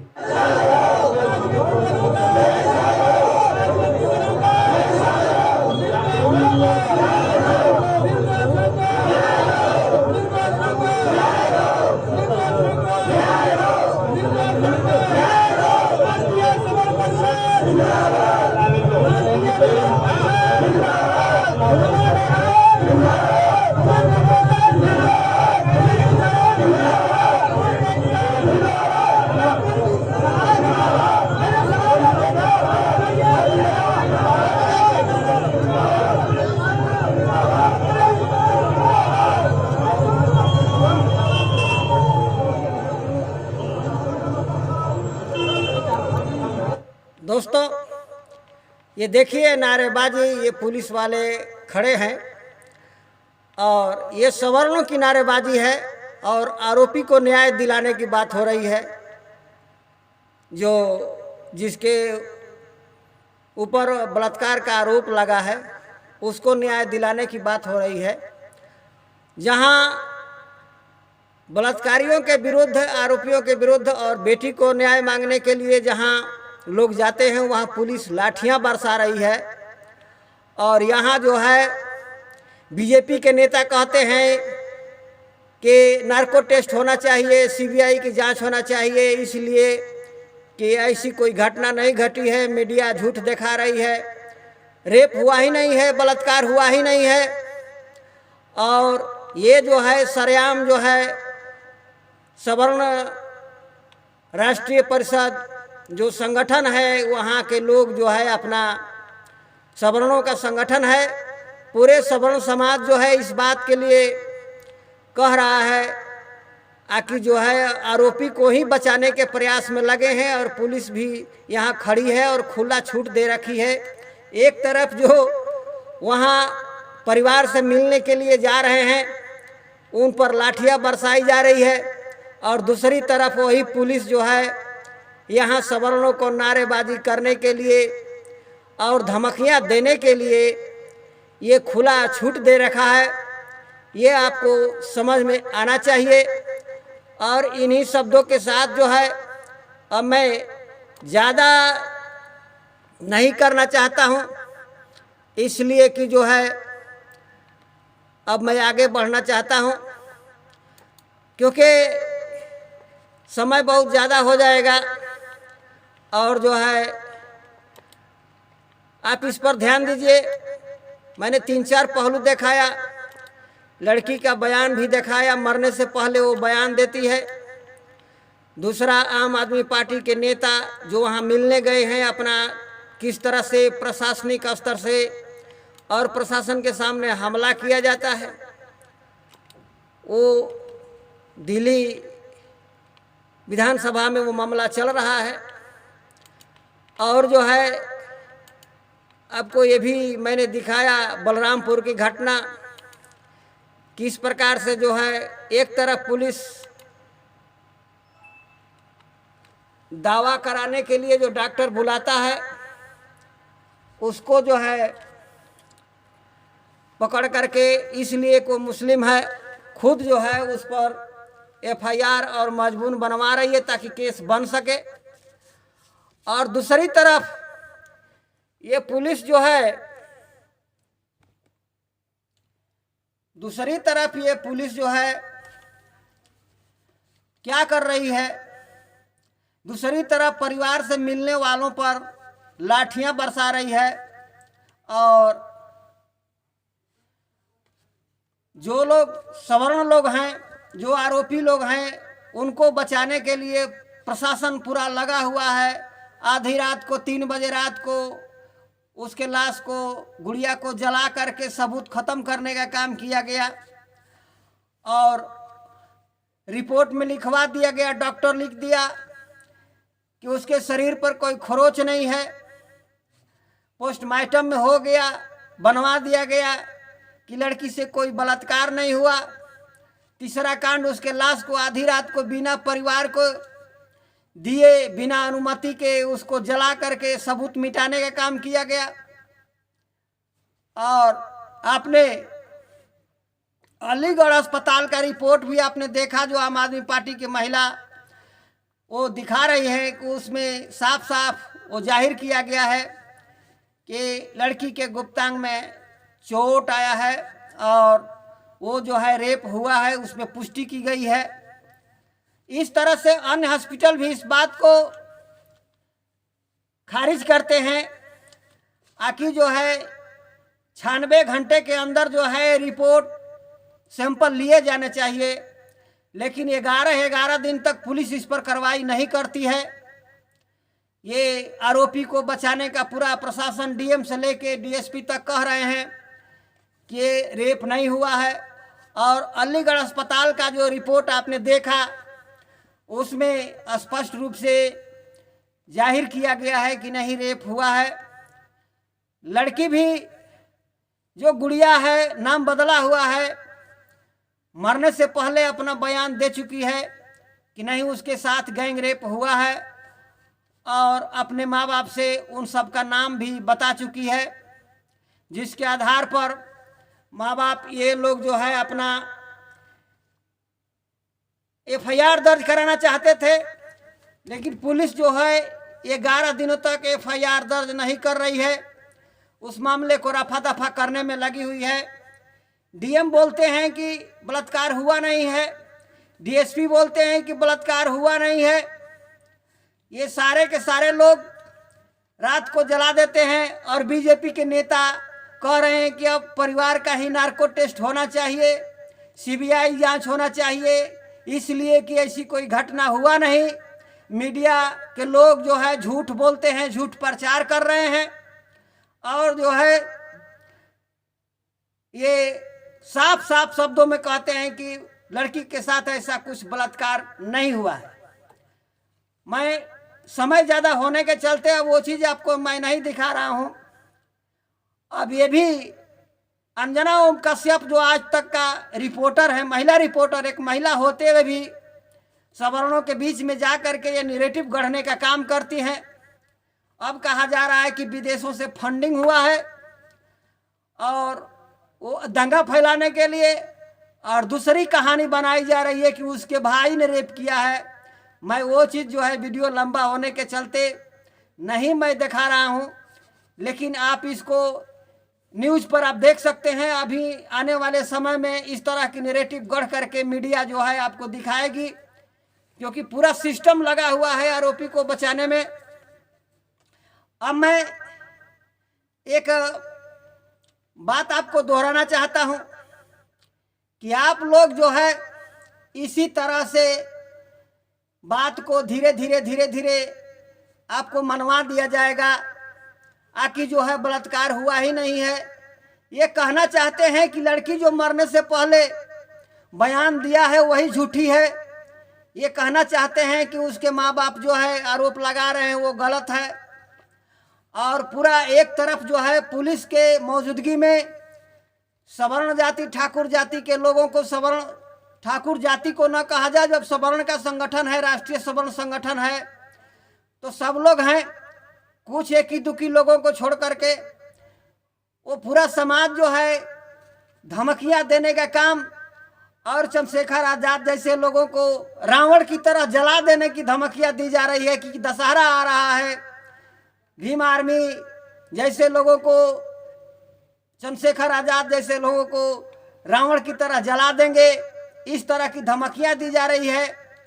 और मैडम जो आम आदमी पार्टी की नेता हैं, उन्होंने जो घर पर बातचीत किया, उन्होंने उनके बातों के अनुसार यह स्पष्ट पता चलता है, परिवार ने बताया कि उसको जान को भी खतरा है और बार बार धमकियां दी जाती है। ये भी रिपोर्ट में आया, खुद डीएम घर पर जा कर के और रफा दफा करने की कोशिश करते हैं और जो है इसको धमकियां भी देते हैं आकि मीडिया तो चली जाएगी, हम ही लोगों को रहना है। तो इस तरह के काम हो रहे हैं। अब नैरेटिव गढ़ा जा रहा है, एक मैसेज दिया जा रहा है, अब दिया जाएगा मीडिया पर, चैनल पर आपको देखने को मिलेगा। ये सारे के सारे जितने आंदोलनकारी हैं जो परिवार से मिलने जा रहे थे, वो विदेशी फंडिंग के नाम पर जो है इनको आतंकवादी बताने का काम किया जाएगा और देशद्रोह का मुकदमा योगी सरकार उन पर कर रही है, जो घर परिवार से मिलने जा रहे हैं उन पर। यानी इस तरह का सिस्टम चल रहा है। धीरे धीरे लड़की पक्ष वाले और लड़की से मिलने जाने वाले को ही देशद्रोही और आतंकवादी बताने का काम सरकार कर रही है। और दूसरी तरफ जो है, जो सवर्ण जाति के लोग हैं उनको खुला छूट है, आम सभा करके सबको धमकियां देने का पुलिस वहां खड़ी है। ये सब कुछ आप वहां देख सकते हैं, मैंने आपको दिखा दिया है, मेरा काम है सच दिखाना। अब जो है एक गंभीर चीज, क्योंकि इसी तरह से मैंने तो देखा है कि चाहे कुलदीप सिंह सेंगर या जो भी नेता हैं जित रेप करते हैं और उनको जो है ये या किसी आईएएस अधिकारी को गोली मार देते हैं या अदालत में झूठी फैसला सुनाया जाता है, सबको प्रोजेक्ट करने का काम और अहम पद और पोस्ट देने का काम बीजेपी कर रही है, जो भारतीय संविधान और लोकतंत्र के खिलाफ है। लेकिन ये लोग जो आरएसएस के शिष्य हैं, ये भारतीय संविधान और लोकतंत्र को मानते नहीं हैं, ये मनुस्मृति के मानते हैं, हिंदुत्व को मानते हैं। तो ये राम राज लाना चाहते हैं, आप भी राम राज लाना चाहते हैं। तो राम राज की कहानी मैंने बता चुका है। अब मैं आपको ये बताना चाहता हूँ, आखिर जो है ये घटना नई नहीं है। ये जो जोगी सरकार कर रही है ये कोई नया काम नहीं कर रही है, ये पहले से होता आ रहा है। भारत की बेटियों के साथ बलात्कार होता रहा और ये मनुवादी जो है, मनु की संतानें जो अपने को कहते हैं, ये जो है उसको भगवान बताने का काम करते रहे हैं। वो कहानी आप भी जानते हैं, मैं भी जानता हूँ, लेकिन आप उस पर विचार नहीं करते हैं। तो मैं इस पर जो है एक कहानी आपको याद दिला देता हूँ। वो सब लोग जानते हैं कि इंद्र जो है गौतम ऋषि के घर में ढुक करके गौतम ऋषि के अनुपस्थिति में वो जो है घर में ढुक जाते हैं और उसकी पत्नी से वो रेप करते हैं, उसके साथ जो है इस तरह का काम करते हैं। और जो है गौतम ऋषि आने के बाद जो है रेड हैंड पकड़े जाते हैं और गौतम ऋषि उसको सजा देने का काम करते हैं। लेकिन और आगे उसमें कहा जाता है, पूरे देवता इकट्ठा होकर के वो पूछते हैं तो इंद्र बताते हैं कि देव कार्य के लिए, देव यानी ब्राह्मण, देव कार्य के लिए वो मैंने उसके घर में ढुक करके यानी गौतम ऋषि के घर में ढुक करके अहिल्या के साथ ऐसा किया। उसका सतीत्व नष्ट, शास्त्रों में उसको सतीत्व भंग करने और सतीत्व नष्ट करने का बात कही जाती है और उसी को आज जो है रेप और बलात्कार का बात कहा जाता है। क्योंकि भारतीय संविधान के अनुसार जो है किसी भी स्त्री को धोखा दे करके, झांसा दे करके या नकली पति का रूप बना करके जो इस तरह का उसके साथ सहवास या संभोग किया जाता है, वो सारी चीज़ें जो है बलात्कार के दायरे में आता है। और निर्भया कांड जब से हुआ है तो ये भी कानून बना है कि छेड़खानी तक और जो छेड़खानी का जो प्रयास किया जाता है वो भी उसके दायरे में आता है। तो आइए मैं एक ऐसी कहानी आपको दिखा रहा हूँ, बता रहा हूँ कि इंद्र को भी भगवान माना जाता है। और राम की कहानी, मैं वाल्मीकि रामायण की राम की कहानी भी आपको दिखा चुका हूँ, जिस वाल्मीकि रामायण के आधार पर राम को मर्यादा पुरुषोत्तम और भगवान मान करके आप पूछते रहे हैं। लेकिन वो कहानी भी मैंने सामने कर दिया। आखिर जो है शूद्र, एक शूद्र होने के चलते वो राम किस तरह से कत्ल कर देते हैं तलवार से, और फिर भी उनको भगवान की दर्जा दी जाती है। तो ये आपको सिस्टम को समझना पड़ेगा। मैं ज़्यादा उस पर बात न करके उस वीडियो को आप देख सकते हैं। मैं अब जो है शंखचूड़ की कहानी और विष्णु की कहानी आपके सामने रखता हूँ। ये बहुत ही मार्मिक कहानी है, ऐसे ही जैसे हाथरस की कहानी है, बलरामपुर की कहानी है। एक भारत की बेटी के साथ विष्णु नकली शंखचूड़ बना करके और उस राजा को मरवाने के लिए, हत्या करवाने के लिए, वो राजा युद्ध में हार नहीं रहा था, तो उसकी हत्या करवाने के लिए ये उसके घर में जा कर के विष्णु जी वो जो है अपना उसके साथ नकली रूप पति का बना करके रेप कर देते हैं। तो उस कहानी को आप देखिए।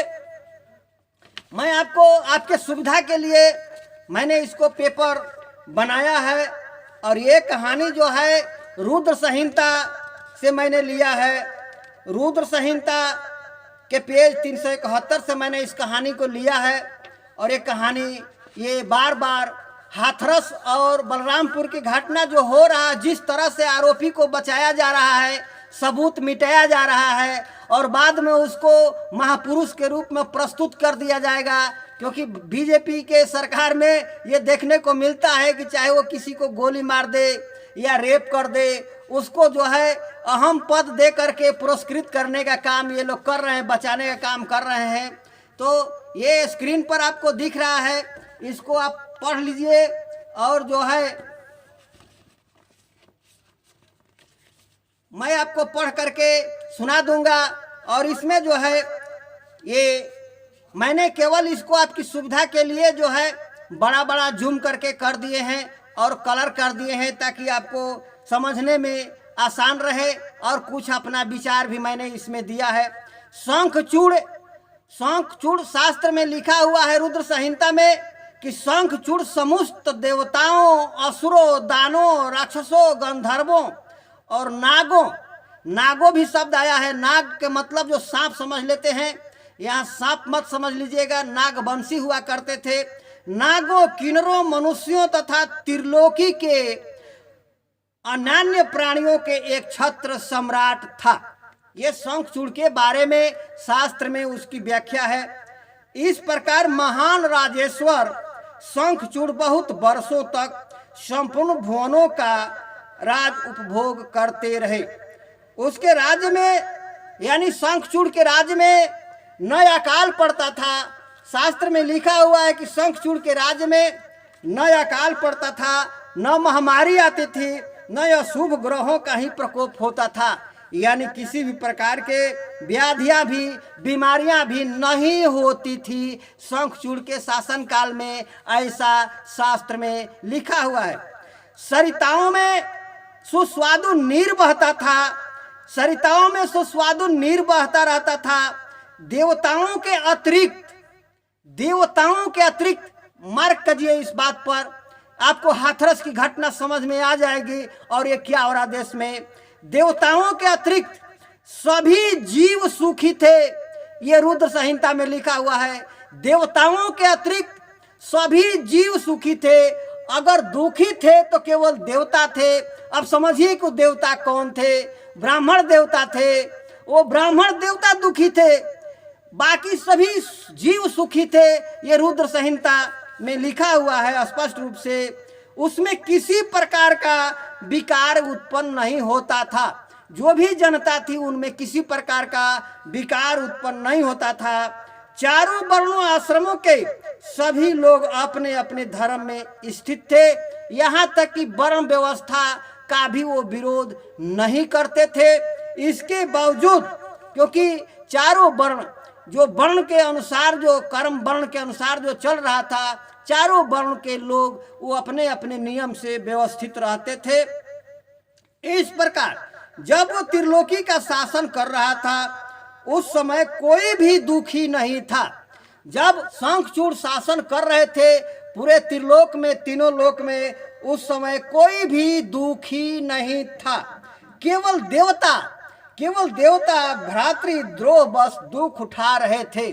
केवल देवता दुख उठा रहे थे, बाकी जनता सुखी थी। ये आपका रुद्र संहिता कह रहा है। मैं उसको जूम करके, कलर करके आपके सुविधा के लिए लिख दिया हूँ। आप भी इसको स्पष्ट रूप से पढ़ लीजिएगा।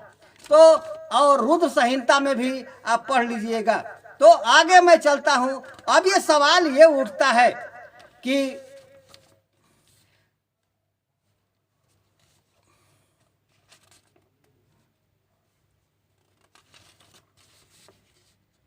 द्रोह बस दुख उठा रहे थे और जो है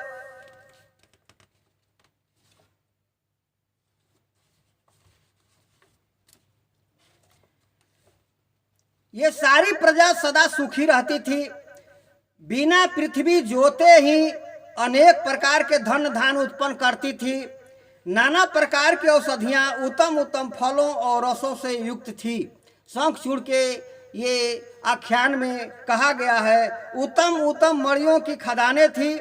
समुद्र अपने तटों पर निरंतर ढेर के ढेर रत्न बिखरते रहते थे। वृक्षों में सदा पुष्प फल लगे रहते थे। यानी प्राकृतिक मौसम, माहौल सब कुछ सही था। जनता भी सुखी थी और ये जो है जनता सुखी थी और फल फूल, नदियाँ सब जो है सब अपने नियम से काम कर रहे थे और जनता को सुख पहुंचाने का प्रयास कर रहे थे। ये व्याख्या किया गया है।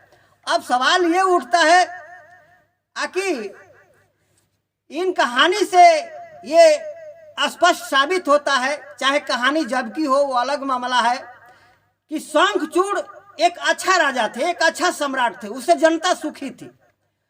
जब जनता सुखी थी, सभी जीव सुखी थे, फिर भी उनको हत्या करने की साजिश क्यों?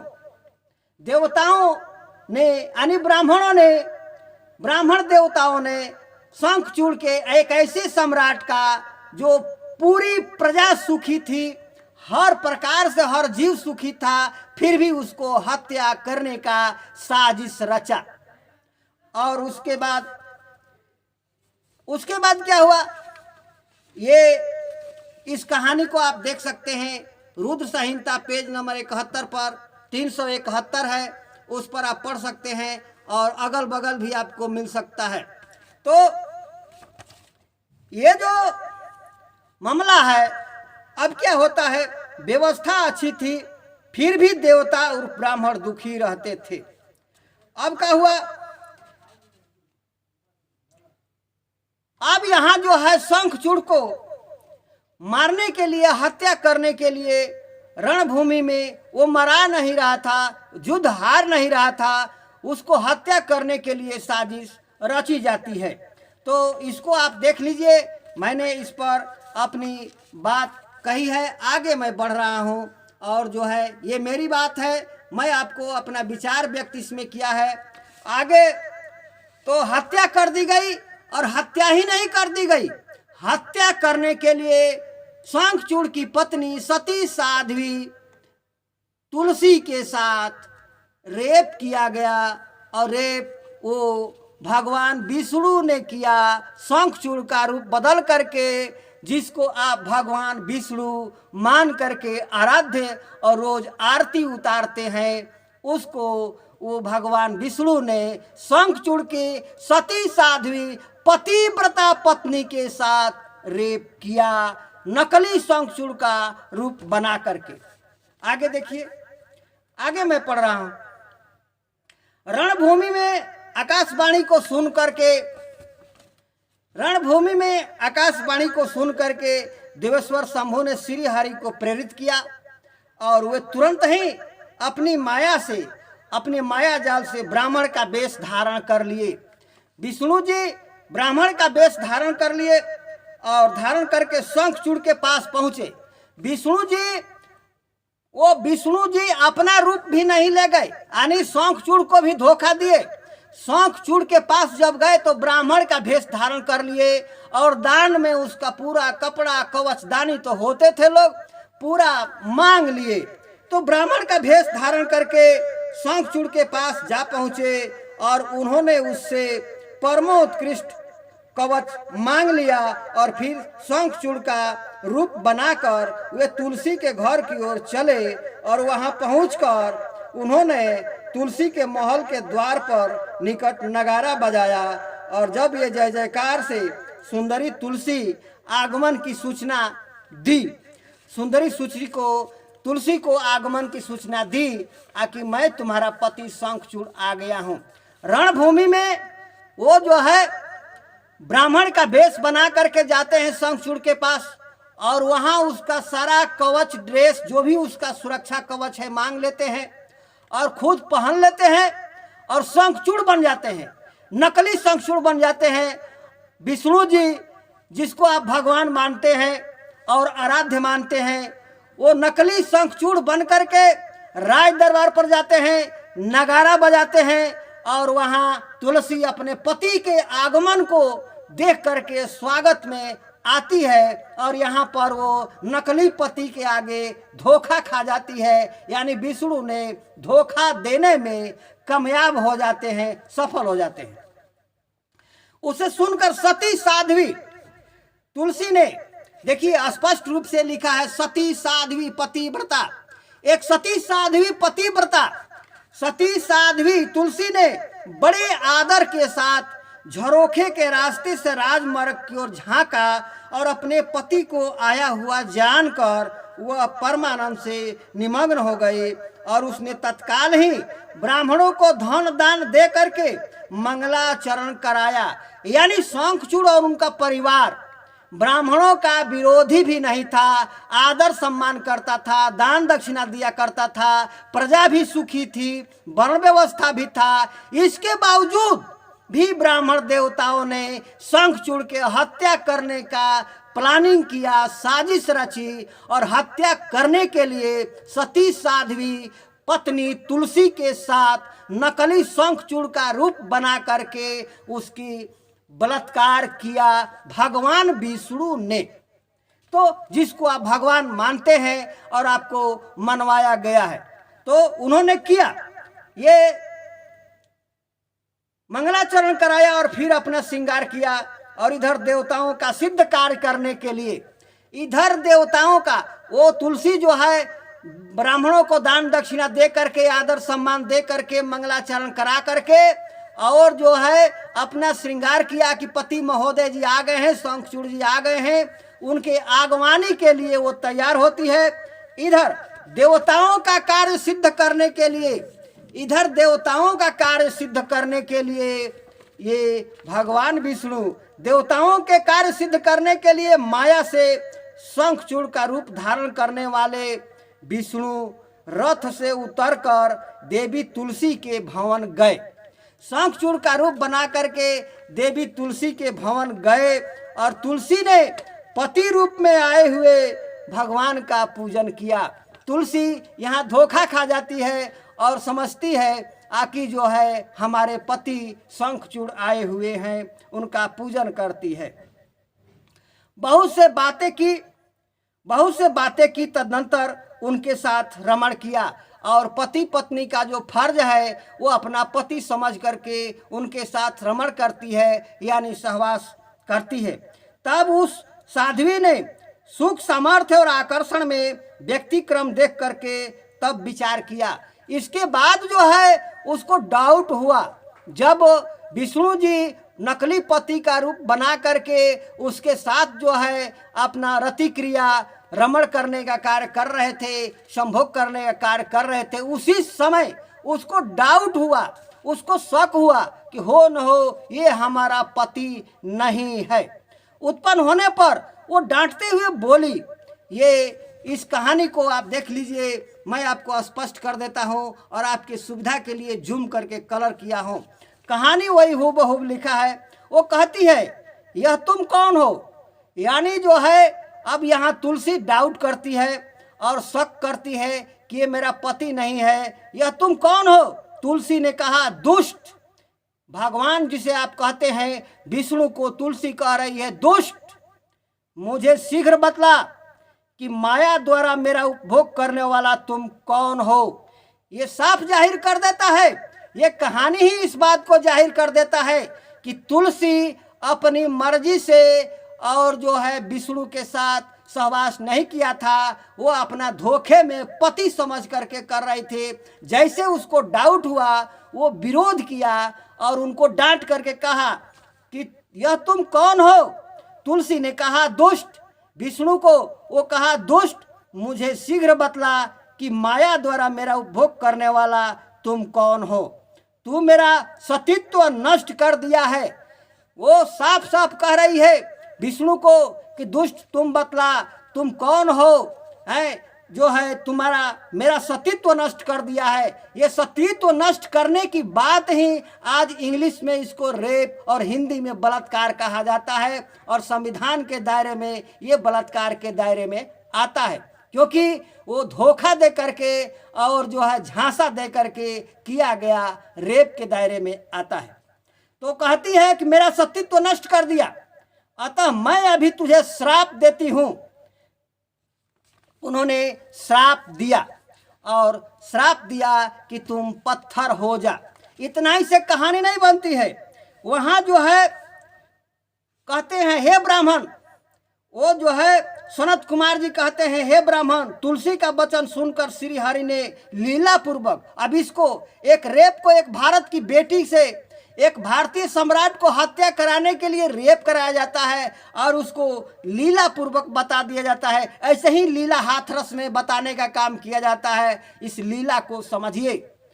तो श्री हरि ने लीला पूर्वक अपनी परम मनोहर मूर्ति धारण करके और जो है उसको स्पष्ट किया कर ली। तब उस रूप को देखकर तुलसी ने लक्षणों से पहचान लिया कि ये तो साक्षात विष्णु है, परंतु उसका सतीत्व नष्ट हो चुका था। वो उसका पति जो है अब युद्ध में मारा जा चुका था और सतीत्व भी नष्ट हो चुका था। तो वो विष्णु से कहने लगी। तुलसी ने कहा कि हे विष्णु, तुम्हारा मन पत्थर के सदृश कठोर है, तुम में दया नाम का अंश लेश मात्र भी नहीं है। मेरे पति धर्म के भंग हो जाने से, मेरे पति धर्म के भंग हो जाने से, मेरे सतीत्व को भंग हो जाने से निश्चित ही मेरे स्वामी मारे गए। ये अनुमान लगाती है कि मेरा स्वामी तो, मेरा पति तो मारे गए होंगे अब युद्ध में। चूंकि तुम पाषाण सदृश कठोर और दया रहित हो, दुष्ट हो, इसलिए अब तुम मेरे शाप से पाषाण स्वरूप ही हो जाओ। ये श्राप देती है और कहती है कि तुम दुष्ट हो, पत्थर जैसा हो, निर्दयी हो, ये सब कहते हुए वो श्राप देती है। और उसको बाद जो है आगे वो बढ़ती है। तो इस कहानी को आप देख लीजिए और फिर आगे पढ़ लीजिएगा, फिर मैं आपको स्पष्ट करके बता देता हूँ। मैं आपके सुविधा के लिए इसको बना दिया है, आप इसको पढ़ लीजिएगा और रुद्र संहिता में भी इसको पढ़ लीजिएगा। तो आगे सनत कुमार जी कहते हैं कि हे मुने, स्वांगचूड़ की सती साध्वी पत्नी तुलसी फूट फूट करके रोने लगी। ये स्वाभाविक सी बात है कि जिस स्त्री के साथ धोखा से चाहे जबरदस्ती जैसे भी बलात्कार हो जाता है, अगर वह जिंदा रहती है तो उसको फूट फूट कर रोने के सिवाय कुछ बचता नहीं है। उसी तरह से तुलसी जो है, ये सारे श्राप देने के बाद वो फूट फूट करके रोने लगती है और कहती है शोकार्त होकर के, बहुत तरह से विलाप करने लगी, रोने लगी। इतने में अब देखिए, अब यहाँ भी इसको लीपा पोती करने की कोशिश किया जाता है। एक ऐसा सम्राट जो जिससे प्रजा सुखी है, वही शास्त्र कहता है, वही रुद्र संहिता कहता है कि पूरे जीव सुखी हैं, पूरी जनता सुखी है। और वैसे राजा को मारने के लिए, वैसे सम्राट को मारने के लिए उसके सती साध्वी पत्नी के साथ बलात्कार करते हैं, वो जिसको आप भगवान विष्णु मानते हैं और उसको आज भी आप भगवान मना करके आप पूजा करते हैं, जो कि ये एक सती साध्वी पत्नी के साथ, तुलसी के साथ वो झांसा दे करके, धोखा दे करके रेप करने का काम करते हैं। अब वो जो है फिर यहाँ लिपापोती करने का काम किया गया। जिस तरह से उत्तर प्रदेश में पूरी सरकार और सिस्टम और डीएम और डीएसपी जो लोग जो है आरोपियों को, बलात्कारियों को निर्दोष बताने का काम कर रहे हैं, और खुद जो लोग परिवार से मिलना चाहते हैं, यानी जिसके साथ ये जो पीड़िता है, पीड़िता के परिवार से, गुड़िया के परिवार से मिलना चाहते हैं, उस पर पुलिस लाठियां बरसा रही है और केस को लीपापोती करने के लिए 3 बजे रात में लाश जला दिया जाता है और कहा जाता है कि रेपे नहीं हुआ है। वैसे ही यहाँ लीपापोती किया गया है, प्रकट हो गए। उन्होंने समझा करके कहा, हे देवी, अब तुम दुख दूर करो, दूर करने वाली बात सुनो। श्री हरि भी स्वस्थ मन से सुने, श्रवण करें, क्योंकि तुम दोनों के लिए जो सुख कारक होगा मैं वही कहूँगा। भद्रे, तुमने जिस मनोरथ को लेकर के तप किया था, तुमने जिस मनोरथ को लेकर के तप किया था, वह उसी तपस्या का फल है, वह उसी तपस्या का फल है। अब इस धर्म ग्रंथ में, कहानी में लिप पोत के बराबर कर दिया जाता है उस रेप कांड को। कहा जाता है कि हे तुलसी, तुमने जिस फल के लिए तपस्या किया था, उसी का तुम्हें फल मिला है। यानी कह रहे हैं कि तुलसी, तुम तपस्या कर रही थी कि विष्णु नकली रूप बना करके आ करके बलात्कार करे, धोखा दे करके। इससे बेवकूफ बनाने वाली बात और कुछ नहीं हो सकता। और वैसे ही उत्तर प्रदेश में वो हो रहा है, जो पहले भी हो चुका है। और पहले आपको एक तुलसी जैसे सती साध्वी पत्नी भारत की बेटी से बलात्कार करने वाले, झांसा देकर, धोखा देकर के बलात्कार करने वाले विष्णु को भगवान बना दिया। और आप जो पूज रहे हैं, ये सरेआम सब जानता है, आप पूज रहे हैं। कहानी भी लोग जानते हैं, कहानी भी लोग जानते हैं, मैं भी बचपन में सुना हूँ, कहानी भी लोग जानते हैं, लेकिन फिर भी आप एक तो भगवान मान करके पूजते हैं। वैसे ही ये बलात्कार होता रहेगा और भगवान बना करके पूजा आपसे कराता जाएगा। ये दिमाग आपका कब खुलेगा, ये आप ही समझेंगे। तो यह उसी तपस्या का फल है, वहाँ अन्यथा कैसे हो सकता है। इसलिए तुम उनके अनुरूप ही फल प्राप्त हुआ है। यानी जो विष्णु किए हैं वो बिल्कुल तुम्हारी तपस्या को फल देने के लिए, यानी तुम पे पति को मरवा दिया और तुम्हारे साथ नकली रूप बना करके तुम्हारे साथ जो सेक्स किया है, जो बलात्कार किया है, वो जो है वो तुम्हारे तपस्या का फल है। अब तुम इस शरीर को त्याग कर दिव्य धारण कर लो और लक्ष्मी के समान निश्चित होकर के श्री हरि के साथ वैकुंठ में विहार करते रहो।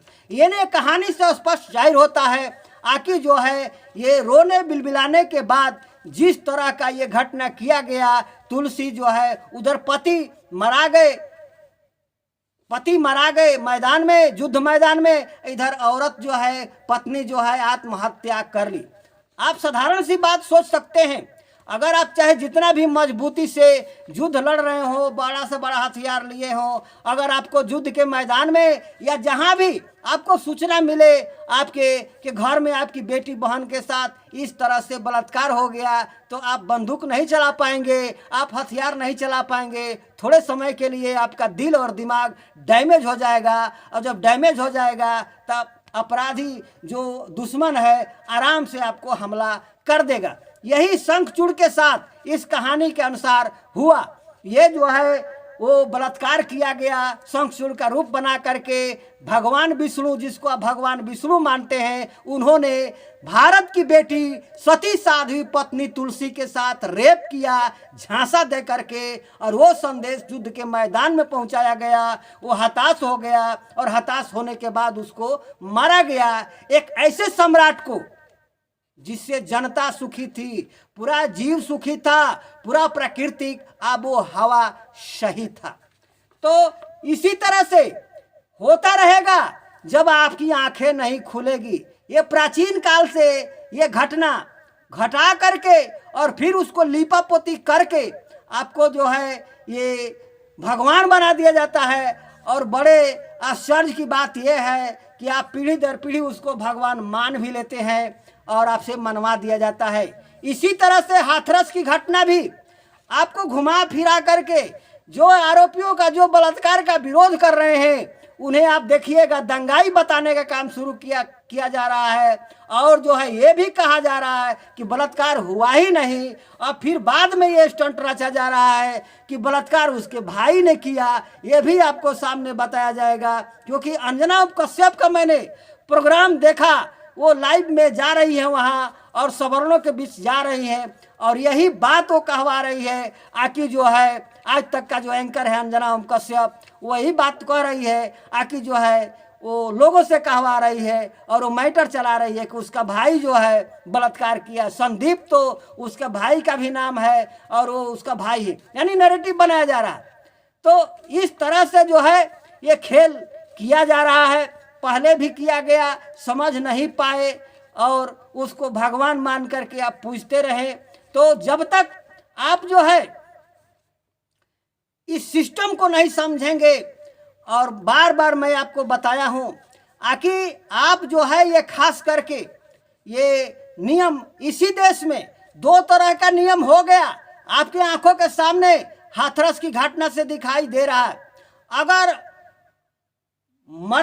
अगर बलरामपुर की घटना में देखिए तो वहां लड़की और उसकी माँ किसी का नाम नहीं ले रही है, उसको पता नहीं है वो गैंग रेप करने वाले कौन थे, और लड़की बिना ये बताए कि कौन थे वो मर गई। तो सोना में सुहागा हो गया उन लोगों को, और जो है आराम से उसको मुसलमानों को आरोपी उसको बना दिया गया जो इलाज करने के लिए डॉक्टर को बुलाए थे।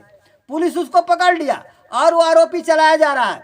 तो ये सीधी सी बात मैंने बताया, आकि जो हाथ पैर तोड़ देगा, जो गैंग रेप करेगा, जो लड़की को हड्डी तोड़ देगा, हाथ पैर तोड़ देगा, वो डॉक्टर को नहीं बुलाएगा, वो भागेगा, अपना जान बचाएगा, वो डॉक्टर को बुला करके फंसने वाला काम करेगा।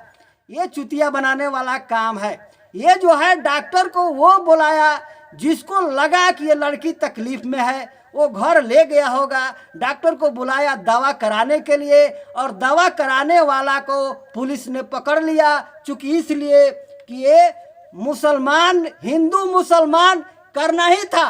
ये मेरे समझ से इस तरह की घटना है। जैसे महाराष्ट्र में साधुओं को मारा गया, हिंदू मुस्लिम करने के लिए कोशिश किया गया, पोल खुल गया, उसी तरह से यूपी में घटना हुआ, साधुओं को मारा गया हिंदू मुस्लिम करने के लिए, वहाँ भी पोल खुल गया। फिर तीसरा घटना हुआ। इसी तरह से हाथरस की घटना जो हुई, ये पूरा पूर्व नियोजित एक पूरा प्लान बना करके, क्योंकि इलेक्शन आने वाले हैं और हिंदू मुस्लिम यानी दलितों को मुसलमानों के साथ जो ये एकता जो दिखाई दे रही है, जो एक मंच पर आ रहे हैं, तो दलितों को मुसलमानों के खिलाफ में और ओबीसी एससी एसटी को दिमाग में मुसलमानों के खिलाफ ये जहर भरने के लिए, हिंदू मुस्लिम करने के लिए हाथरस का कांड बिल्कुल सोच समझ के कराया गया। लेकिन मामला फेल वहाँ हो गया कि लड़की ने नाम रख दिया, मरने से पहले सबका नाम बता दिया,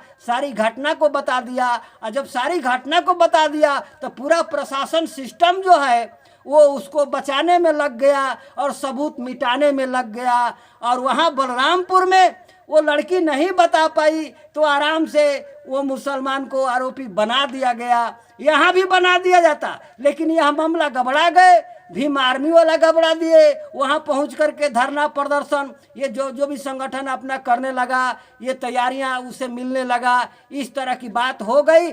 इसलिए अब यहाँ जब खुलेआम हो गया तो वो जो है सारे सबूत मिटाने के लिए सिस्टम जुट गया और सबूत मिटा करके ये कहा जाने लगा, डीएम भी डीएसपी भी, आकि बलात्कार हुआ ही नहीं है।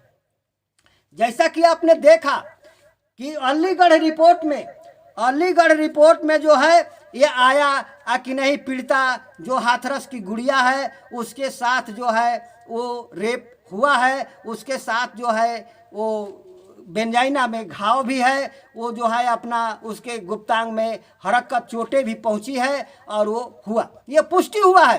तो ये जो है जब ये पुष्टि हुआ तो इस मामले को दबाने के लिए इन्होंने दूसरा डॉक्टर से रिपोर्ट बनवा दिया और वो डॉक्टरी रिपोर्ट जो है राज रतन जो अम्बेडकर परिवार के हैं उनके पास है, वो सारा डॉक्यूमेंट ले गए हैं। उसमें लिखा हुआ है कि उसके शरीर पर कोई खरोच तक नहीं आया और जो है ये पोस्टमार्टम रिपोर्ट में बना दिया गया कि वो जो है कोई बलात्कार ही नहीं हुआ। कोई वो डीएसपी कह रहे हैं कि उसका जो है सीवन शुक्राणु नहीं मिला है बेंजाइना में, इसलिए बलात्कार नहीं हुआ। इस तरह का जो है नैरेटिव बनाने का प्रयास किया गया और अब प्रयास ये किया जा रहा है अंजना कश्यप, अब मीडिया को पहले रोका जाता था, अब मीडिया सेटिंग में हो गई, मीडिया से बातचीत हो गई, अब मीडिया को छोड़ा गया। अब वहाँ मीडिया जाएगी और जो है अपना नैरेटिव बनाना शुरू किया। जी न्यूज़ भी अपना बनाना शुरू कर दिया कि करोड़ों करोड़ों रुपया का फंडिंग हुआ। अरे भाई,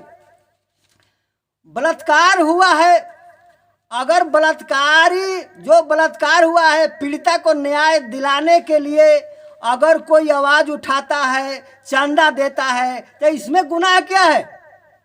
आप उस पूरे सिस्टम को पूरा सिस्टम लगा करके सबूत मिटाने में लगे हो और जो है जो चंदा देता है या पैसा देता है, चाहे वो हिंदू दे चाहे मुसलमान दे, पीड़िता को न्याय दिलाने के लिए, आंदोलन करने के लिए अगर वो चंदा देता है तो इसमें गुनाह क्या है? चाहे भारत से है चाहे विदेश से है, इसमें गुनाह क्या है? आपने कभी इस बात को जो सिस्टम सबूत मिटाने का काम कर रहा है उसको कभी आपने सवाल किया? कोई सवाल नहीं किया। तो दोस्तों, इन सब चीज को आप समझिए। और मैं आपको एक बात और बता देना चाहता हूँ, ज़्यादा समय हो रहा है, आकि जब तक आप इस अंधविश्वास से आप नहीं निकलेंगे तो इस देश में दो तरह का सिस्टम, शूद्रों के लिए अलग सिस्टम और सवर्णों के लिए वही पुलिस उसको खुला छूट दे रही है। अब जो लोग समझते हैं क्योंकि ये सरकार संविधान को नहीं मानती, वो अपने धर्म शास्त्र को मानती है और धर्म शास्त्र में वर्ण व्यवस्था है, ब्राह्मण, क्षत्रिय, वैश्य और शूद्र। तो आप इस बात को समझ लीजिए, आकि शूद्र की कैटेगरी में है तो आपके लिए व्यवस्था क्या है मैं उदाहरण दे चुका हूँ। अगर आप पढ़ाई लिखाई चालाक बनने की कोशिश करते हैं तो आपकी गर्दन काट दी जाएगी और काटने वाले को भगवान बना दिया जाएगा। अगर आप अधिकार की बात करते हैं तो आपकी बेटी से बलात्कार होगा और ये कराएंगे और उसको बचाएंगे और सबूत भी मिटाएंगे और बाद में उसको फिर भगवान बना देंगे। वैसे ही जैसे विष्णु को भगवान इन्होंने बना दिया और पूरा टीवी पर चला करके आपके बीच प्रवचन दिला करके बड़े बड़े संतों द्वारा और आप पूजा करते हैं, भगवान मानते हैं। तो इस सिस्टम को समझिए।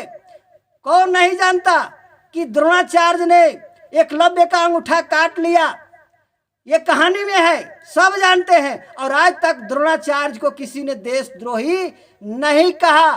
किसी ब्राह्मण ने वो रावण के साथ द्रोणाचार्य का पुतला नहीं फूका, उसको गलत नहीं बताया। वो भी भगवान बने हुए हैं, विष्णु भी भगवान बने हुए हैं। इंद्र ने अहिल्या के साथ रेप किया, वो भी भगवान बने हैं, उसको भी भगवान बना दिया गया है। देव कार्य के लिए काम होते हैं, ब्राह्मणों को ये उच्च कोटि तक पहुंचाने के लिए काम होते हैं। ये लोग देवता हैं और देव कार्य को सिद्ध करने के लिए काम किए जाते हैं। आपको ये समझना होगा। अगर आप बहम है तो एक रास्ते से आप समझ सकते हैं कि आप किस कैटेगरी में है। पुलिस प्रशासन और हाथरस की घटना ने यह सिद्ध कर दिया, हाथरस की घटना ने सिद्ध कर दिया और आज तक की सरकार ने यह बात को सिद्ध कर दिया कि जो हिंदुत्व और हिंदू के नाम पर जो ये धर्म की बात जो की जा रही है, मैं आपको कई बार बता चुका हूं कि किसी भी धर्म शास्त्र में, जिसको हिंदू धर्म शास्त्र आप कहते हैं, रामायण महाभारत वेद ये जो भी है, कहीं भी हिंदू शब्द का जिक्र नहीं है। ऋषि मुनियों ने कहीं भी हिंदू शब्द का जिक्र नहीं किया है। तो ये हिंदुत्व तो है ही नहीं। ये जो है शाफा वर्ण व्यवस्था लागू करने की बात और आपको गुमराह करके सत्ता में पहुंचने के लिए हिंदू होने का राग आलापा जाता है, हिंदू एजेंडा चलाया जाता है। हिंदू नाम का कोई धर्म नहीं है। और हिंदुत्व का मतलब हिंदू के नाम पर आतंक, हिंदू के नाम पर गुंडई और हिंदू के नाम पर ये आतंक फैलाने का काम किया जा रहा है और आगे भी किया जाएगा। इसी आतंक को फैलाने के लिए, इसी आतंक को बरकरार करने के लिए, आपको हिंदू राष्ट्र बनाने के लिए ये इतना कयामत चल रहा है। औकात तो पता चल गया, खुद पुलिस प्रशासन ये दिखा दिया। एक तरफ सवर्णों को आम सभा करके धमकी देने के लिए खुलेआम खड़ा होकर के छूट दे रखी है और दूसरी तरफ जो पीड़िता के परिवार से मिलने जाता है उस पर लाठियां बरसाई जाती है, उस पर स्याही फेंकी जाती है और उसको दंगाई बताने का काम किया जाता है, दंगा फैलाने वाला बताने का काम किया जाता है। ये प्रशासन ये दिखा दिया। आपकी आंखें खुल जानी चाहिए, कम से कम ओबीसी एससी एसटी को तो आंखें खुल जानी चाहिए। सवर्ण तो अलग हैं ही, वो तो अपना दिखा दिए कि रेप भी करेंगे और कहेंगे कि हमने तो किया ही नहीं, और सरकार भी कहेगी कि रेप हुआ ही नहीं। आपको सरेआम दिखाया। बीजेपी के नेता बोल रहे हैं कि नार्को टेस्ट होना चाहिए और ये घटना कुछ है ही नहीं, कुछ रेप हुआ ही नहीं। सारी चीजें आपके सामने आ गया। तो इस बात को समझ लीजिए। अगर आपको भ्रम है, एक भ्रम के चलते आप मार खा रहे हैं। बहुत लोग, पिछड़े वर्ग के लोग अपने को कोई क्षत्रिय बनने का, वैश्य बनने का प्रयास करता है और कहता है कि हम तो क्षत्रिय हैं, वैश्य हैं। तो फॉर्मूला जान लीजिए, पहचान के लिए बता देता हूं। अब ज्यादा मेरे पास टाइम नहीं है। अपना 2-3 पीढ़ी जाइए, 2-4 पीढ़ी का रिकॉर्ड उठा करके देख लीजिए। यदि वर्ण व्यवस्था के अंतर्गत ब्राह्मण, क्षत्रिय और वैश्य 3 ही का जनेऊ संस्कार, उपनयन संस्कार होता है। अगर आपके 2-3 पीढ़ी जाइए, बाबा दादा के पीढ़ी में जाइए और देखिए परिवार में, यदि आपका उपनयन संस्कार होता है, होता रहा है, तो आप जो है सवर्ण में है और नहीं तो शूद्र है। क्योंकि शास्त्र में शूद्र के लिए ही उपनयन संस्कार नहीं है। उसमें साफ साफ शब्दों में कहा गया है कि शूद्रों का एक ही धर्म है, वो है ब्राह्मण, क्षत्रिय और वैश्य का सेवा करना। सेवा करना, इसके आगे यदि बढ़ता है, इसके आगे यदि कोशिश करता है तो उसका मृत्यु तय है, उसको मृत्यु दंड दिया जाना चाहिए। ऐसा वाल्मीकि रामायण में, शंबुक वध की कहानी में दिखा दिया गया है। मैं उसको बाइकाट दिखा दिया। तो आज उसको मैं नहीं उठाऊंगा क्योंकि समय ज़्यादा हो रहा है। तो इस बात को समझिए, यदि आपके परिवार में, खून खानदान में पीढ़ी दर पीढ़ी अगर जनेऊ संस्कार हो रहा है तो आप सवर्ण में हैं, और नहीं हो रहा है तो आप शूद्र हैं। दूसरा पहचान गोत्राचार, गोत्र चेंज करके यदि शादी विवाह, रोटी बेटी की शादी आपके में होता है तो आप सवर्ण में हैं, और नहीं तो शूद्र में है, जान लीजिए। तो इसी तरह से ये जो है, ये पहचान मैंने बता दिया, ये भ्रम त्यागिए, और ये जो मूल निवासी जो है आपका, ये टारगेट, इसको समझिए। आप भारत के रहने वाले हैं, और हमेशा जो है आपके साथ 4000 सालों से, जब से ये लोग भारत में आए हैं, इस तरह का नैरेटिव गढ़े हुए हैं। आप उस भ्रम में पड़े हुए हैं, उस भ्रम में पड़ करके आप मार खा रहे हैं। नौबत यहाँ तक आ गई कि हिंदू राष्ट्र बनाने के चक्कर में और अपने आप को हिंदू कहने के चक्कर में आपने इनको सपोर्ट किया। आप समझे कि राम राज्य आ जाएगा तो अच्छा हो जाएगा। आप जान नहीं पाए कि राम राज्य किस चिड़िया का नाम है। इसी का राम राज्य नाम है, इसी का राम राज्य नाम है। ये आप वाल्मीकि रामायण के सम्मुखबोध कहानी को पढ़ लीजिए, पूरा रामायण पढ़ने की जरूरत नहीं है, मैंने आपको दिखा दिया है। और ये विष्णु की कहानी भी मैंने दिखा दिया। आखिर जो है एक ऐसे सम्राट जिससे पूरी जनता सुखी है, पूरा जीव जंतु सुखी है, फिर भी उसके सती साध्वी पत्नी तुलसी के साथ रेप विष्णु करते हैं, और उस रेप करने वाले विष्णु को नकली शंखचूड़ का रूप बना करके तुलसी को झांसा दे करके धोखा करके रेप करने वाले विष्णु को भगवान बना दिया गया। और आपने मान लिया, आप पूजा करना शुरू कर दिया।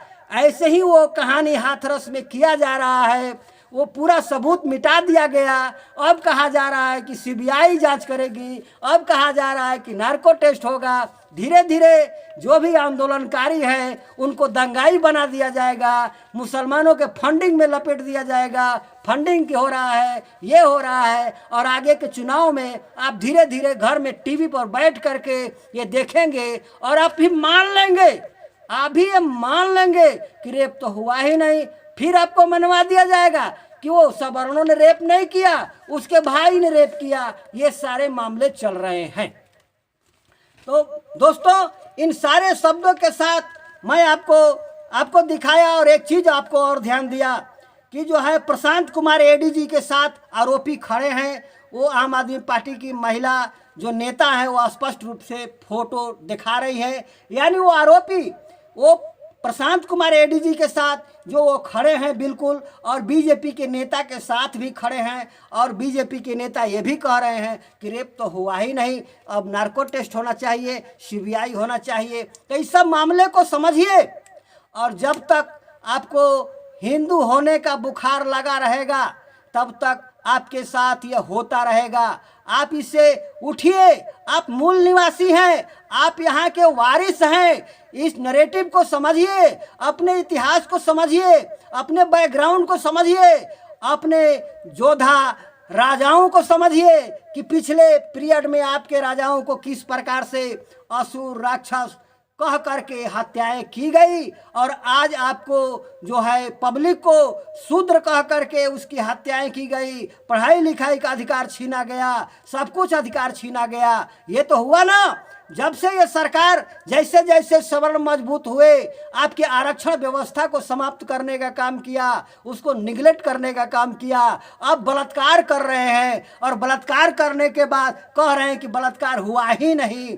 सारे सबूत प्रशासन मिटवा रहा है, सारे सबूत डीएम मिटवा रहे हैं, सारे सबूत डीएसपी मिटवा रहे हैं, सारे लोग मिटवा रहे हैं, और धमकी भी दे रहे हैं।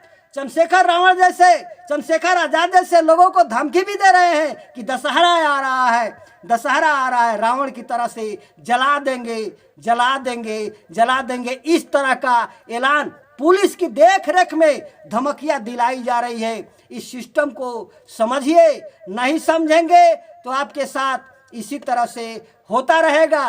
तो ये वक्त है, चाहे बलरामपुर की बेटी हो, चाहे वो हाथरस की बेटी हो, वो भारत की बेटी है, उसको न्याय मिलना चाहिए। और उसको न्याय तब मिलेगा जब पूरा देश के लोग खड़ा होंगे, उसको न्याय के लिए पूरा जोर लगाएंगे, ताकत लगाएंगे, धन बल से और मन से, तब उसको न्याय मिलेगा।